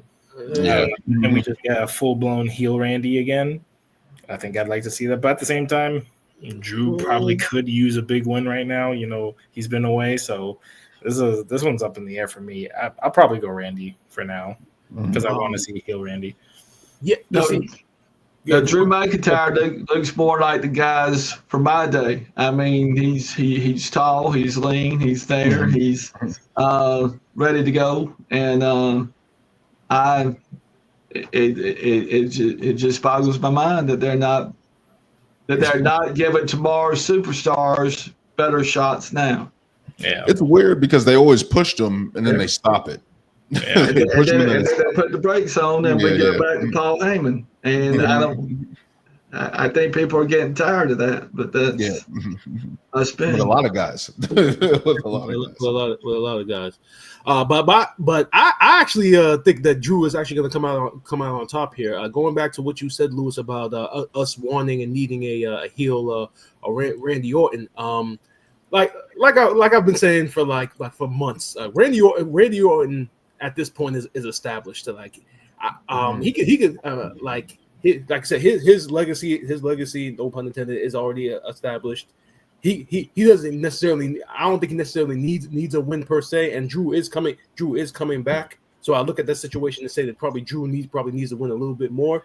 But Randy Orton losing is not necessarily a bad thing because now you can use that as a fuel for or a driving force as to why he eventually is going to turn heel. You saw that in the match with the Cody at Night of the Champions when he hesitated on doing the punt, hesitated on a lot of things. So they're really telling that story of Randy Orton, and I think that losing against Drew, maybe not in the same manner, but that can add on to the frustration and eventually makes them. Yeah, for sure. I think Drew picks up the win here, and that pushes Randy over the edge. Because Drew has been psychological, even with the Punk feud that he had. He's always found a way to get underneath somebody's skin, always push somebody to the edge. And if there's anybody that gets pushed to the edge a lot just off anything, is Randy Orton. He's shown that throughout his whole career, that it only takes a little bit to piss him off and go over the edge. So very interested to see where this goes, because Drew was just in a feud with Damian Priest. Yeah, we don't even know what's happening with that anymore, if that's even going on anymore. But to see these two guys, it's a good matchup. Yeah, pretty much. Yeah, man, ended that Mania with that street fight. Yeah. But these two guys, these two guys going at it, both the same size matchup, like prototypical guys that you think were the prototypes when they came in. I think it's going to be a good matchup. That's it for Saturday night's main event. Let's move on to WWE Evolution stacked card, headlined by Rhea Ripley versus Io Sky. They played that well up on Raw. Over the course of the feud between these two, that Rhea Ripley has never beat Io Sky. What do you guys make of that matchup? I think it's an intriguing matchup. What do you guys say? Okay, before we get into the entire card, I just want to say this. WWE Evolution, it is a stacked card. I mean, some of these matches, just definitely something that I'm looking forward to. But this doesn't feel as big as it should be. Yeah. Like, although the fact that this event only got like 2 weeks of build, to me, it's kind of disgraceful. You're talking about 5 years ago when they initially introduced this event as an all women's event. I remember when Stephanie McMahon made the announcement in the ring to the women on the stage, and you saw just like the tears and the passion, everything that women have been through in professional wrestling to get to this point. I'm sure Sonny knows about that more than any one of us right now. Everything that women have been through to get to this point, and the fact that it took 5 years to get a second Evolution event, and they literally only built it up in 2 weeks.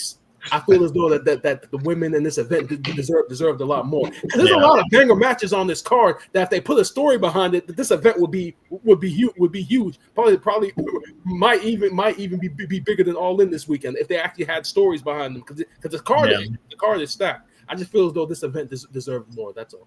Mm-hmm. No, I completely agree. Completely agree. They should have had at least a month build, like at least. This is the issue where I feel like with WWE, especially with the cards and how they build stuff, they give so much airtime to stuff that doesn't need airtime, or doesn't need as much airtime, where they could be focusing on other things. Evolution has been announced for over a month now. And we have the Io and Rhea story. We got the Naomi and Jade story, which is I'm happy about. And all the other story as well. All the other stuff has just been built in like a couple weeks. And it's just like, okay, now we're here. And it's like, okay, but these matches on paper look great, but the stories there just aren't there. Like the Tiffany Stratton, I haven't been a fan of her run on the main roster as yet.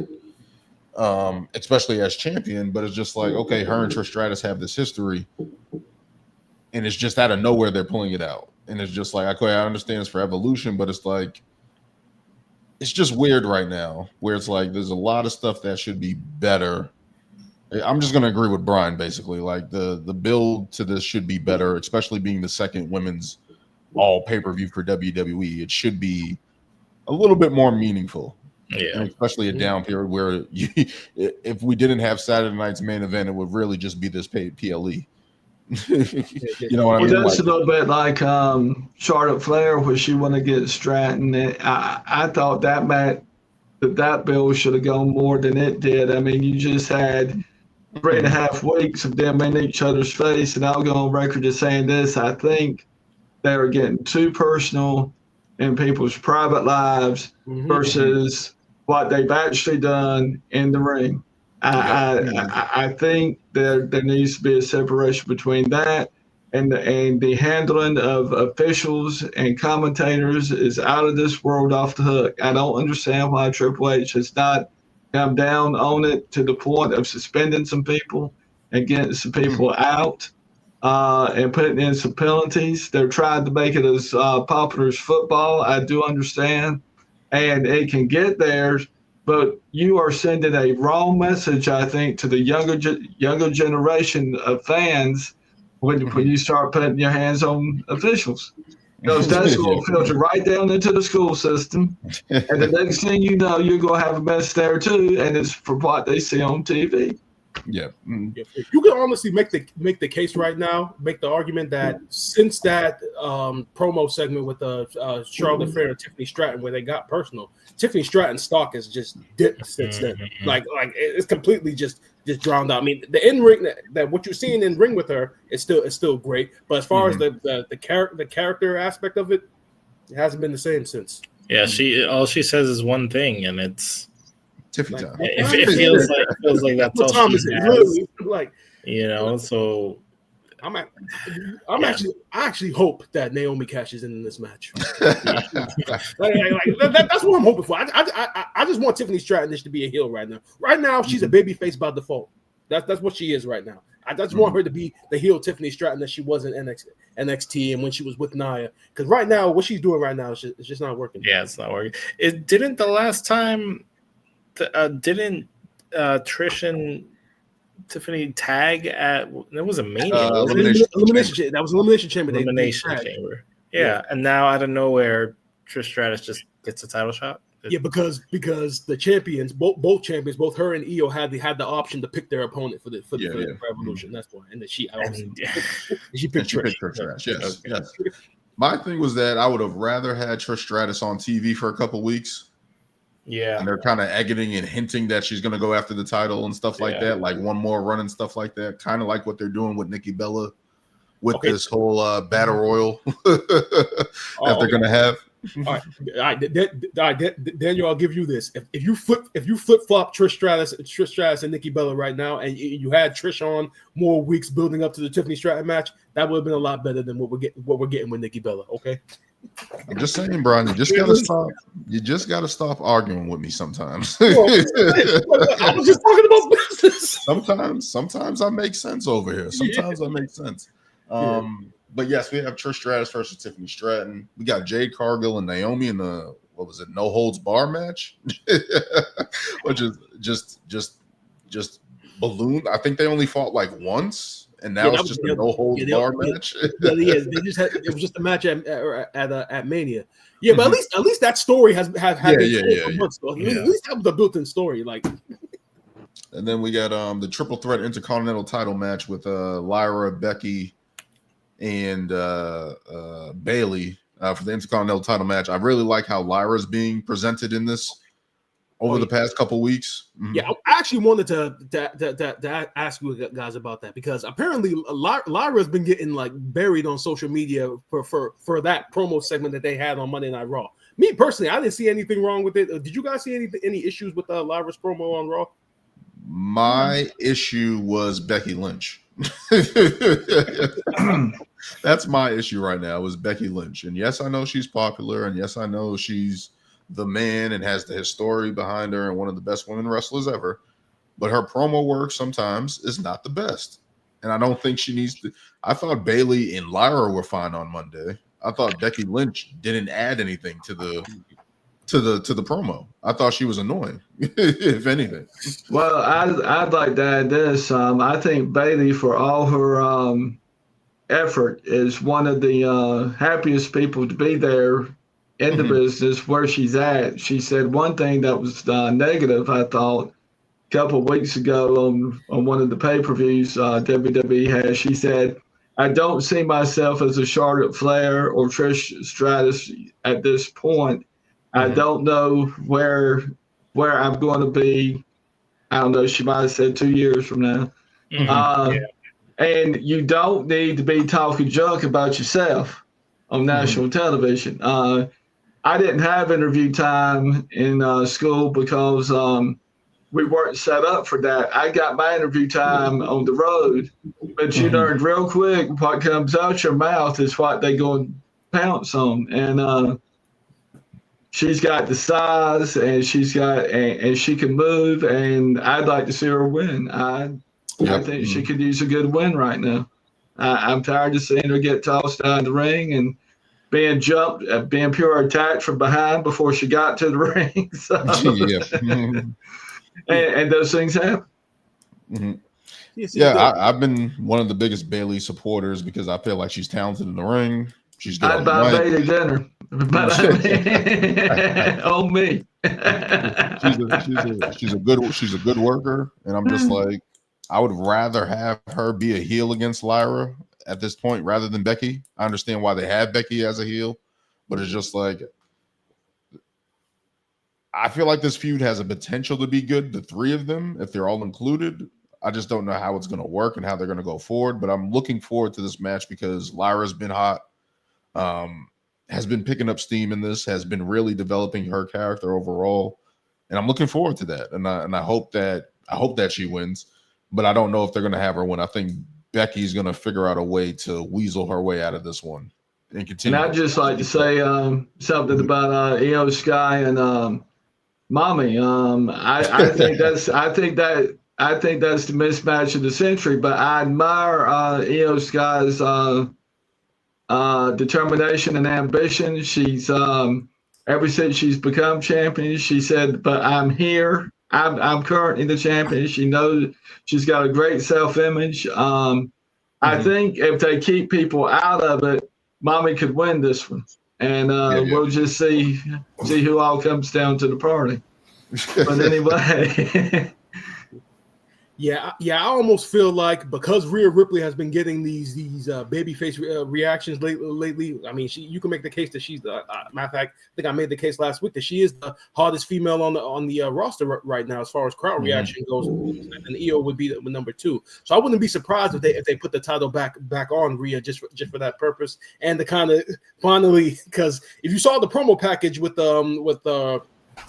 her and Io, you kind of forgot about those prior matches in NXT, and some of those the prior history. Like I even slipped my mind that like, oh, they had another match and they had another match together in NXT and all of that stuff. So they may finally be giving Rhea Ripley say, okay, you're gonna get the win now. You can finally gonna beat the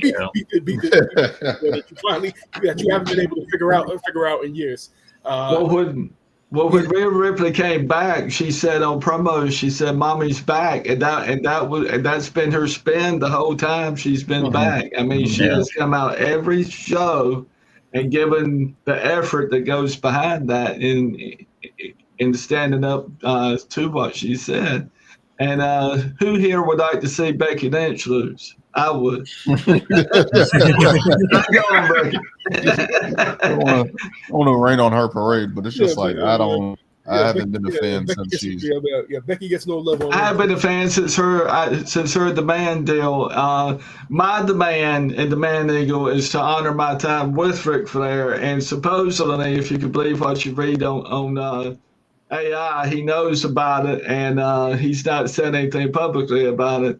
But I'm not in his face with it all the time. Becky Lynch came out and literally got in the man's face with it. So that's when I started backing up on her some, and I thought, man.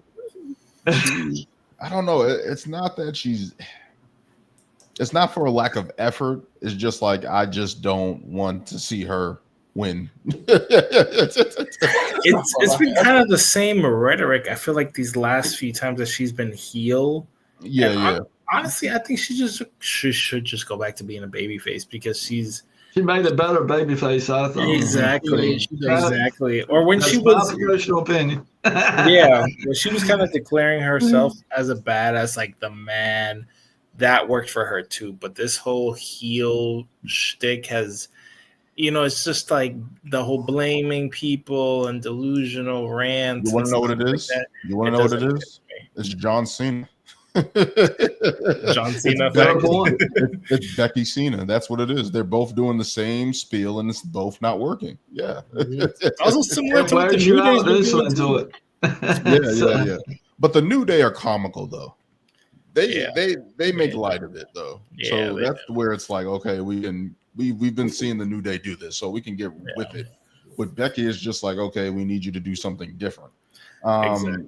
We also have the tag teams titles actually being defended. The Judgment Day, Raquel Rodriguez and Roxanne Perez taking on the newly formed team of Charlotte Flair and Alexa Bliss.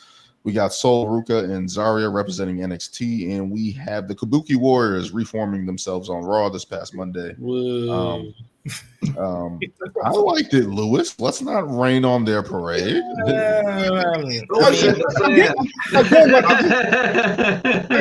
like I just said, when you name all that talent in that one match alone, it's just like, damn, why didn't they just build this out for a month? like the talent alone makes that match must see. Like, I'll take back my complaint. I mean, I guess we'll take an actual tag team for this tag team match.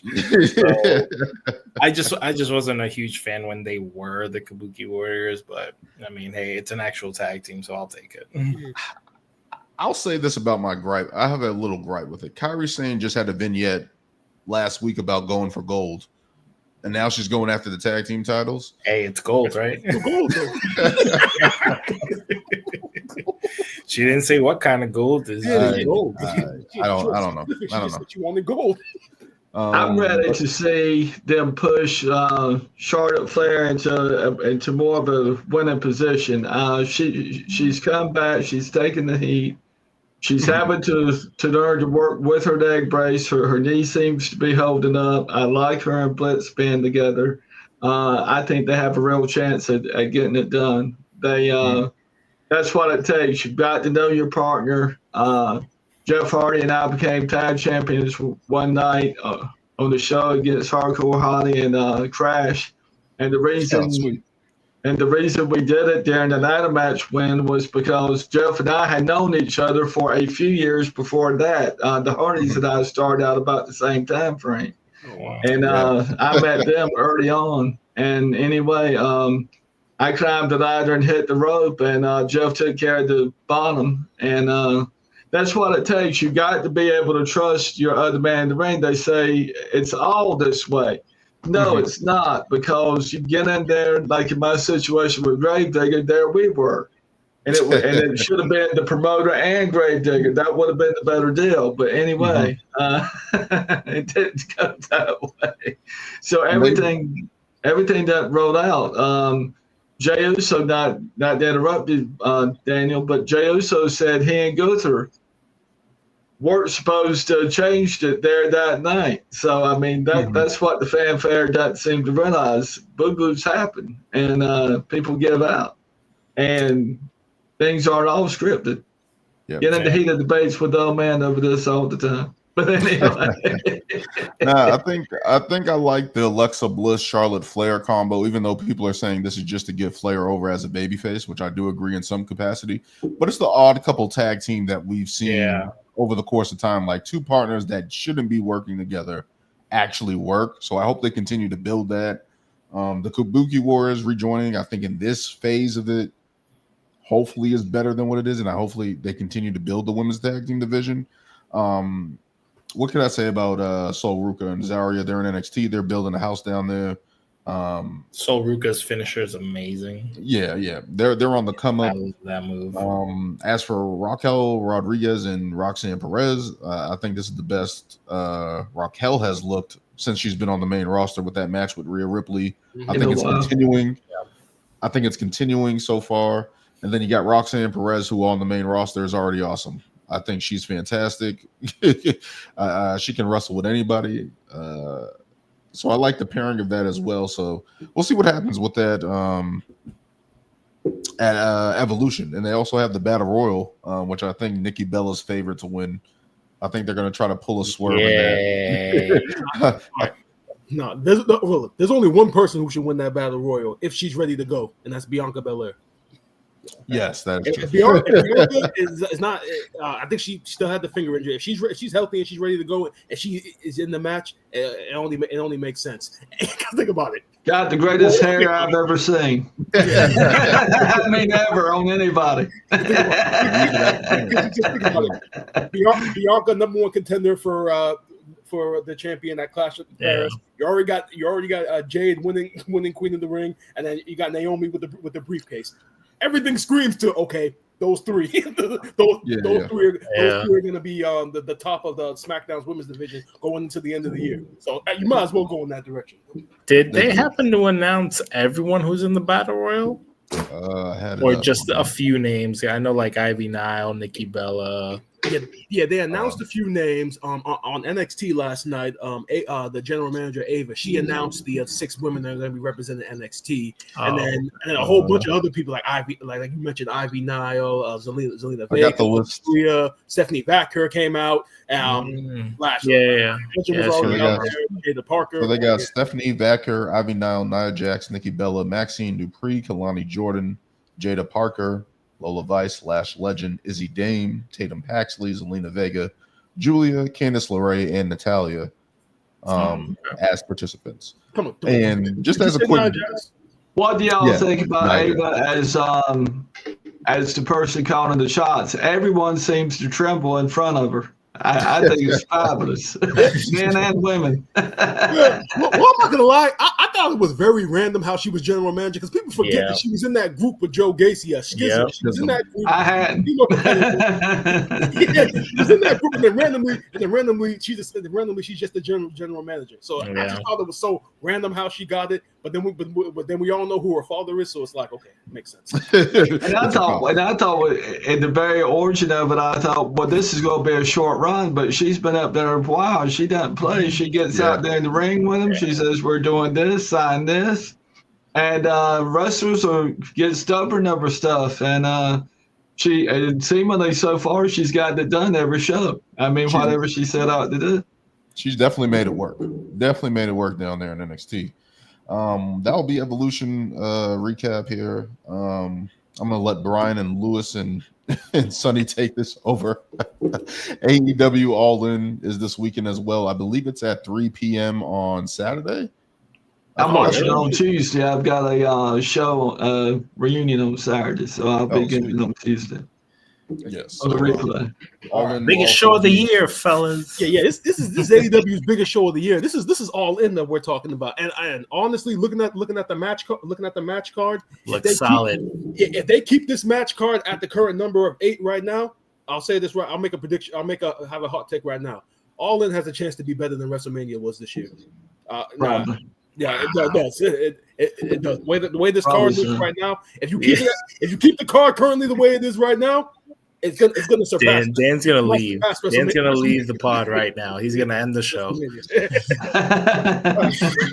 I'm gonna remain professional because of our special guest here. I'm gonna remain professional and not leave the show and not disconnect.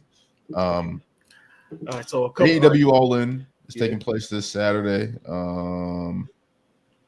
In Arlington, Texas. So that's dope. They've been promoting this for quite a while. Bunch close of to where Hank Hill lives, Arlington. Near Arlington, Texas. There's a lot of matches on the card here. 8 actually. Timeless Tony Storm will be taking on Mercedes Moné for the AEW Championship. I have my eyes shut during that, so I bet you must see this. I've been waiting for. Mercedes Moné has been building herself up over the past year as this person winning all the titles, but it's just like at this point, I need to see something happen with this match. This literally is one of those matches where you really can't call it. You can't call what direction they're gonna go in. Yeah, because you got Mercedes. She already has them. She's already 6 belts Moné right now, going for number 7. You can't see Tony Storm losing because then you don't know what her direction is yet. And when you look at their entire women's division, in my opinion, I mean, I've said that you got Tony Storm, you got Mercedes Moné, and then you kind of have everybody else right now. Pretty much, they made it pretty clear that like these are the two gems of the division, and everybody else is just kind of hoping to get to that next level. But it's going to be a great match. I mean, Mercedes Moné hasn't had a bad match yet on the main since she's been in AEW. I'm laughing at Daniel. Yeah, he just turned it off. I'm hyped for this match. I know Dan probably isn't, but I don't care. To me, Tony Storm is like the epitome of a top female character wrestler. I will say she's the one thing AEW is doing right for me. Very, yes. So that's like 100% full-blown character wrestler, everything that a female wrestler could be. And I've always been a Mercedes fan. I was a little worried, not skeptical, I would say worried about her presentation coming in. You know, the CEO thing was a little like, you know, it's very similar, but it's different. And, you know, she did get a lot of flack for it in the beginning, but I think she has overcome that, and she's proven herself by going to all these promotions and winning all these titles. So it definitely makes it for a dream match where you have, you know, this top character versus this top wrestler. I mean, Tony's also a great wrestler as well, but it's like, it's definitely been built up, I think, immensely for this pay-per-view. This is my hope, because remember when Mercedes Moné first came to AEW, I said her and Britt Baker are going to be the women's division. That was my first thing. And then that match happened, and it was terrible. The chemistry just wasn't there. It wasn't. This is the reboot. Special. This is the reboot that could save the AEW's women's division. That is potentially this. But does anyone now? I'll say this in the beginning. I adore Timeless Tony Storm. I've talked about her on Wrestling Spotlight from the beginning. But Mercedes Moné was rejected by the WWE, and she stepped down to AEW, and look at her now. In that respect. So yeah, you can kind of say the same thing about Tony Storm, because she also got let go from WWE. Both of them, two prize positions that WWE had, and then obviously didn't. Obviously, and then Tony was a top star. You know? Tony Storm was getting pie thrown in her face. Was she the first? Was she the first UK women's champ? Was that it? I think so. I'm hoping it's a draw. I hope they wrestle down to the very time limit of it, and I'm hoping it's a draw. That's what I'm hoping for. I mean, that's the way they did it back in my day. Wahoo and Flair in the Battle of the Belts, draw, 45 minutes. I mean, in that case, I mean, seeing as though they seemingly are the women's division right now. I mean, the fans wouldn't like it, but that almost would make sense that would be like the best direction to go in. To continue it into the summer. Exactly. Yeah, you could easily make this like a give them a chance to really get to know each other in the ring. It's a whole different animal in the ring. I mean, you can talk all the junk you want to on the mic, but when you're in the ring in there with them, that's entirely different than all these little run-in things that they've been having. I don't think it's been hyped enough. Yeah. I don't mean to sound like Brian, but I agree with him. So let's see what else we got. Yes, sir. We got Jon Moxley versus Hangman Page in a Texas death match. Please let this be the end of Jon Moxley's reign of terror. For the love of God, if not Hangman, Jon Moxley cannot walk out of that stadium on Saturday with the title. If it's not Hangman, it could be the winner of the battle, the Casino Gauntlet match. Could be somebody completely different that we're not thinking of. But Jon Moxley cannot leave that stadium with the title. He can't. He can't. For the morale of that for fan morale of that, Moxley cannot walk out with the title. You want to know what? I want Jon Moxley to win now. Oh my God. That's how I'm going to go about it. I want Jon Moxley to continue his reign of terror over AEW. Like I said, it doesn't necessarily have to make us go full JR on you, Dan. He's like, I think that's probably going to be the outcome of that. But I think if anyone can get the job done, and if John can, if John was to take on Hangman one-on-one, I don't think he could beat him. And to me, what makes Moxley look so bad right now is every match he brings in the Death Riders, and I don't think he needs to do that. When Flair had the Horsemen, Flair would, from time to time on his own, without a manager, without the Horsemen, with JJ up in the cage even, would go against the top guys in the company, 45 minutes to an hour, night after night. And that's why you didn't mind it when he had the Horsemen, because he had done those things. And this Jon Moxley thing, as good a worker as I think Jon Moxley is, I'd like to meet him one day and just chat with him. But he for the company to continue to send in the Death Riders, it's just tearing it down, in my opinion. Because you're not getting your whole money's worth as a fan out of it. I don't think. No, I don't think so. Mm-hmm. And I think it's just a drag because it's like we've seen Jon Moxley with the title so much in AEW. When they've needed like someone I've watched it a year now. He's had it the whole year almost. So, I mean, he's just not going to drop that. He's just not going to drop that title. Anytime they're in a pinch, they give him the title and stuff like that. So it's just like we're hoping Hangman Page wins. But you want to know what? I want Jon Moxley to win. This negativity towards Jon Moxley, I think, is unwarranted. I think he needs to carry it a little more. Let's keep moving on. Winner take all match to unify the AEW Continental Championship and the Intercontinental Championship. Kenny Okada versus Kenny Omega. This is a dream match from Wrestle Kingdom. Which one was it? Yeah, I can't remember the Wrestle Kingdom number, but and it's that, and that's why I'm actually kind of afraid for this match because I already know people are already going into this match thinking they're going to get the same shit that they got from those guys years Wrestle ago. Kingdom. Some people arguably calling one of the greatest matches of all time.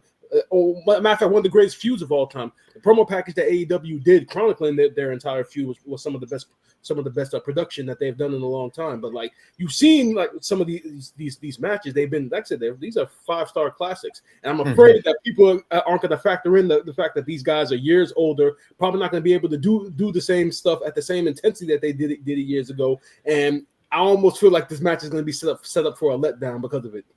Mm-hmm. They what I enjoyed so much about the Indies was you could go in an area, a given area of 100 miles around some place, and the fans knew that if you came out a certain door, you were the heel, and if you came out another door, you were the babyface, and they would go at it as is. I mean, no story in between it, no nothing. When you start telling the stories repeatedly, month after month after month, to me that waters it down. Yeah. As a profession, and then you like back in my era, you put a 7-foot tall man against someone's even Mr. Bentley size who's 6'3". You go, well, that's uneven. Well, the same thing with Mommy and EO Sky, that's uneven. So you know that even though it can be done, it's more doable to me when people are more evenly matched up. So that's always been my soapbox about the bit. Yeah, but this match, I'm just like, I'm not expecting the Wrestle Kingdom match from these two, even though I'm pretty sure they're gonna call back to some of the stuff they did in that match. Definitely. But it's just, this is AEW. They got to change it up, and especially with these two, is this the first time they faced each other in AEW? In AEW, yes. Yeah. Yeah. You want to get more out of this. Yeah. So for me, for this matchup, I'm just like, save some of the stuff. I don't care if it's a smallish finish with Don Callis coming in, doing something, usually to screw over Kenny Omega. Yeah. As the 50,000 times that he's done it. But and well, I'll spray to so yeah, like you gotta, I feel like they gotta stretch. But gosh. I feel like they just gotta stretch this out a little bit for the sake of AEW to have something else other than, you know what I mean? Like just to have some meat on the bone with this and let it draw out a little bit more than just ending it like that. I hope this, I know it's not, I don't think it's going to be a 5-star match. I think it could be a very good match, but hopefully. I want them to stretch this out a little bit. I don't want this to just be a hot shot like AEW usually does and just grind it out. I want them to actually build this up over time because these two guys can work and you can build something there, especially with these two guys great in the ring. Let's keep moving on here. We got Swerve Strickland and Will Ospreay versus the Young Bucks for their EVP titles. I don't know why that's on the line. their positions apparently. Yeah, their positions because as heels, the Young Bucks have been going crazy around AEW. But they also added in the stipulation last week that if Swerve and Ospreay lose, then they can't challenge for the AEW title for an entire year. For a year. Oh wow! So that's very interesting. Now, if they go with the Bucks, that's a very ballsy move to essentially take your two of your top guys away from the world title for an entire year. This is my one fear with that. I don't want them to get pigeonholed like how they did with Cody Rhodes. Because remember when Cody Rhodes lost that title opportunity and he couldn't challenge for the world title? AEW title at all. Yeah. That was a misstep, I think, for AEW, even though I think Cody Rhodes was like, I want to showcase the young guys. I want to get other guys into that spot. It hurt them in a sense because Cody wasn't in the main title picture. Plus, if they do that, it also go to show, okay, you guys are the place with the best wrestler, right? Okay, you guys tout how deep your roster is, right? Okay, let's take Swerve and Ospreay away. Okay, now book your title scene without them for a year. See now we're gonna see how deep that roster is. They got the ace in their pocket. I'm gonna tell you who it is. Yeah. Chris Jericho. Because they do go in that direction. Now you're gonna see, okay, is this roster as deep as you guys say it is? Okay. The Ayatollah of rock and roll. Well, I'm kind of ready to AEW. I'm kind of ready to see Will Ospreay and Swerve win. They have gone down the road and they deserve the W as bad as anybody in AEW, I think, at this point. Mm-hmm. And they've got a good crowd momentum going into this. The Young Bucks are still young, and in Will and Swerve's case, Doc Stickens. So I'd like to see them as champions. And especially as over as those two guys are, to take them away from the title picture, it's like, what are you doing with now? You're gonna put them in the tag team? Is that going to be it? You're just going to put them in the tag team division? Mm-hmm. Well, I've heard some people speculate that because All In is going to be back at London next year, that this is an elaborate scheme that have Ospreay not win the title. That way you have a whole year, and then Ospreay gets a title shot at the All In next year in London, which story-wise would be a good story, but you gotta make it interesting though. My thing is if it was just him. If it was just him with that stipulation on him, then that would add a little bit more intrigue and let Swerve be able to go back into the main event picture.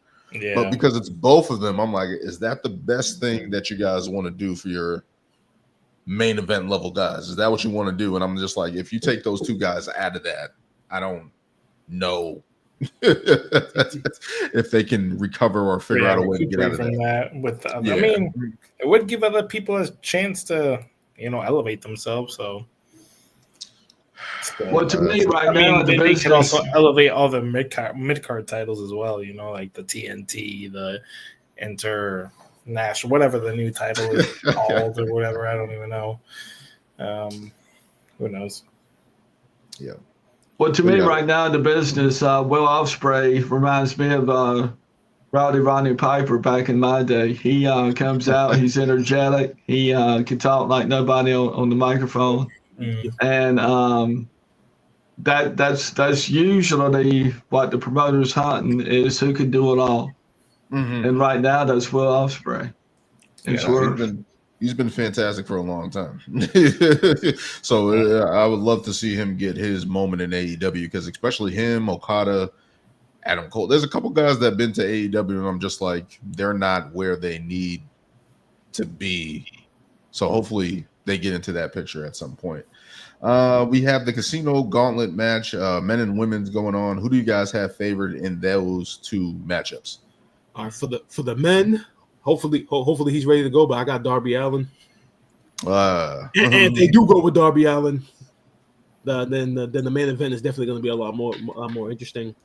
For the women, honestly, it's a toss up, because again, that women's division, you got the two women on top, and then you have everybody else. So I would love it would be very nice if they go with Athena.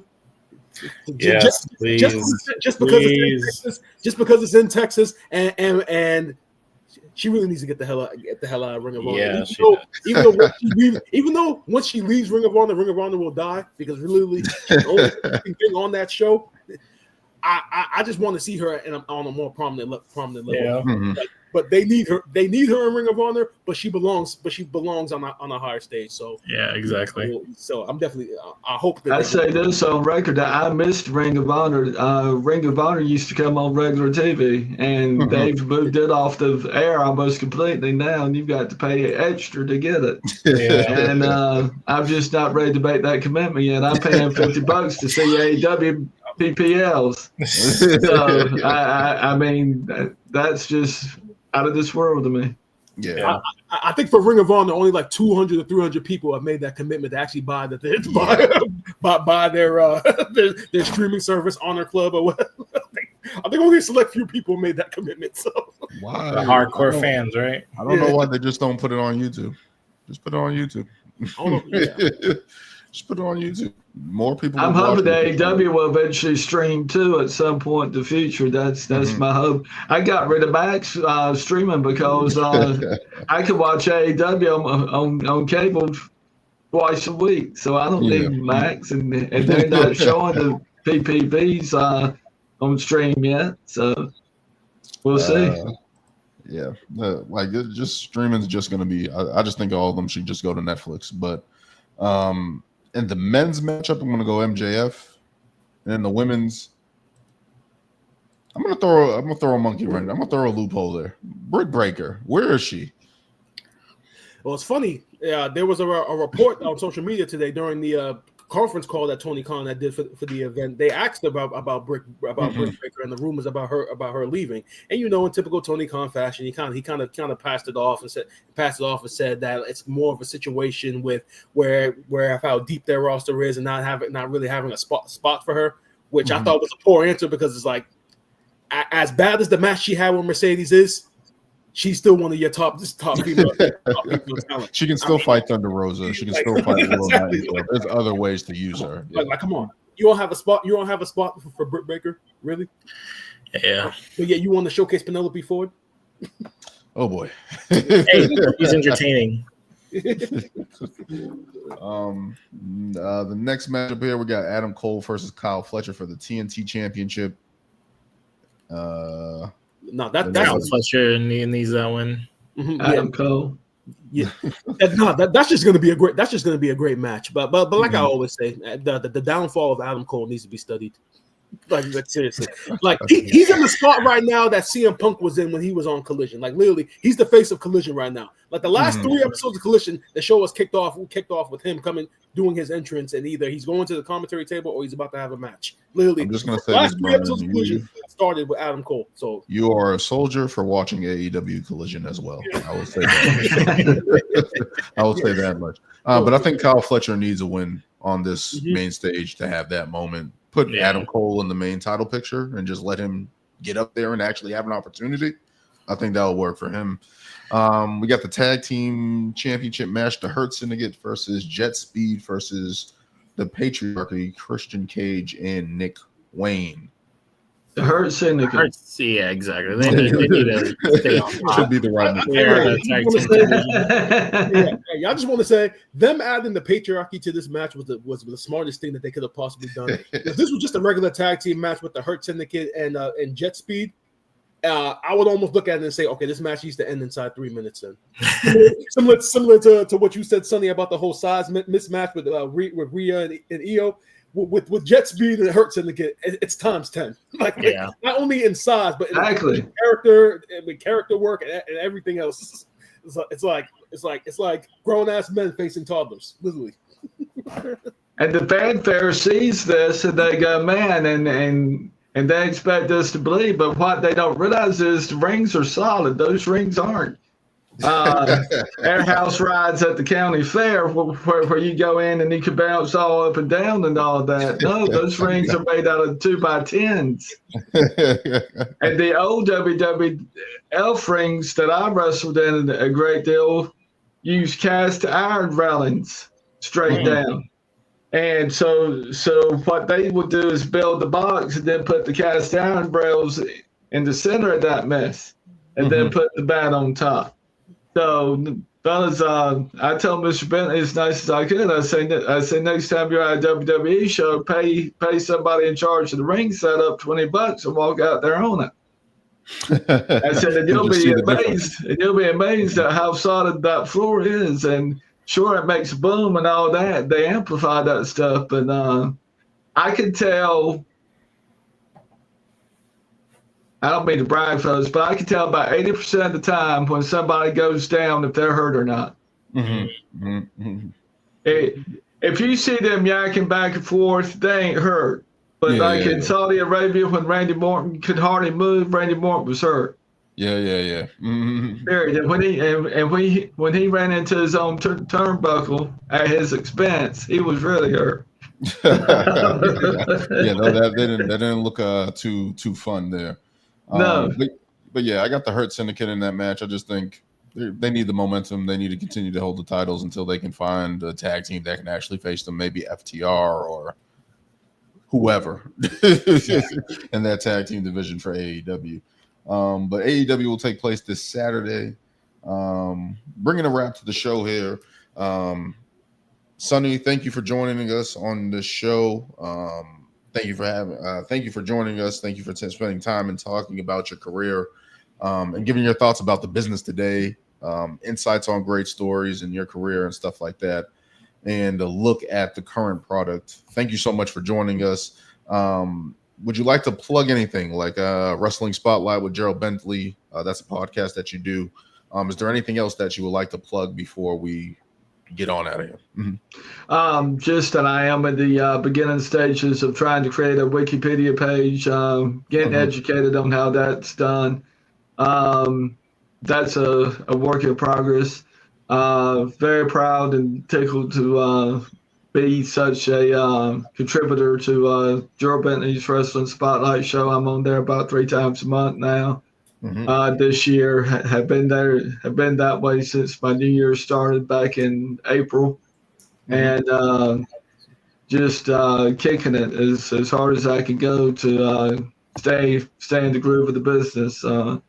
When you do what you love, it's not work. And to do these shows, I watch 5 shows a week of wrestling, and then on pay-per-views, I find myself watching those too because I don't like not to be able to answer a question when it's thrown at me.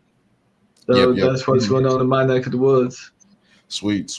Likewise with us watching wrestling. Brian's taking the extra commitment to watch Collision somehow. I don't know how he's doing it, but we all love wrestling. That's why we're here. And that's where we're gonna leave it. We're gonna continue to just network and continue talking wrestling and stuff like that. Thank you for coming on. For this episode 112, having a special guest, our very first special guest, a guy that's been in the industry, Sonny Cain. Did not mean to lose face. It just brings out the fan in me talking about some of it. So I've been exposed to it since I was 6, and I'm 56 now, so that's 50 years. I've been in it. Yeah, that's a long time, and hopefully we're all still continuing to be fans when we're that age on our end.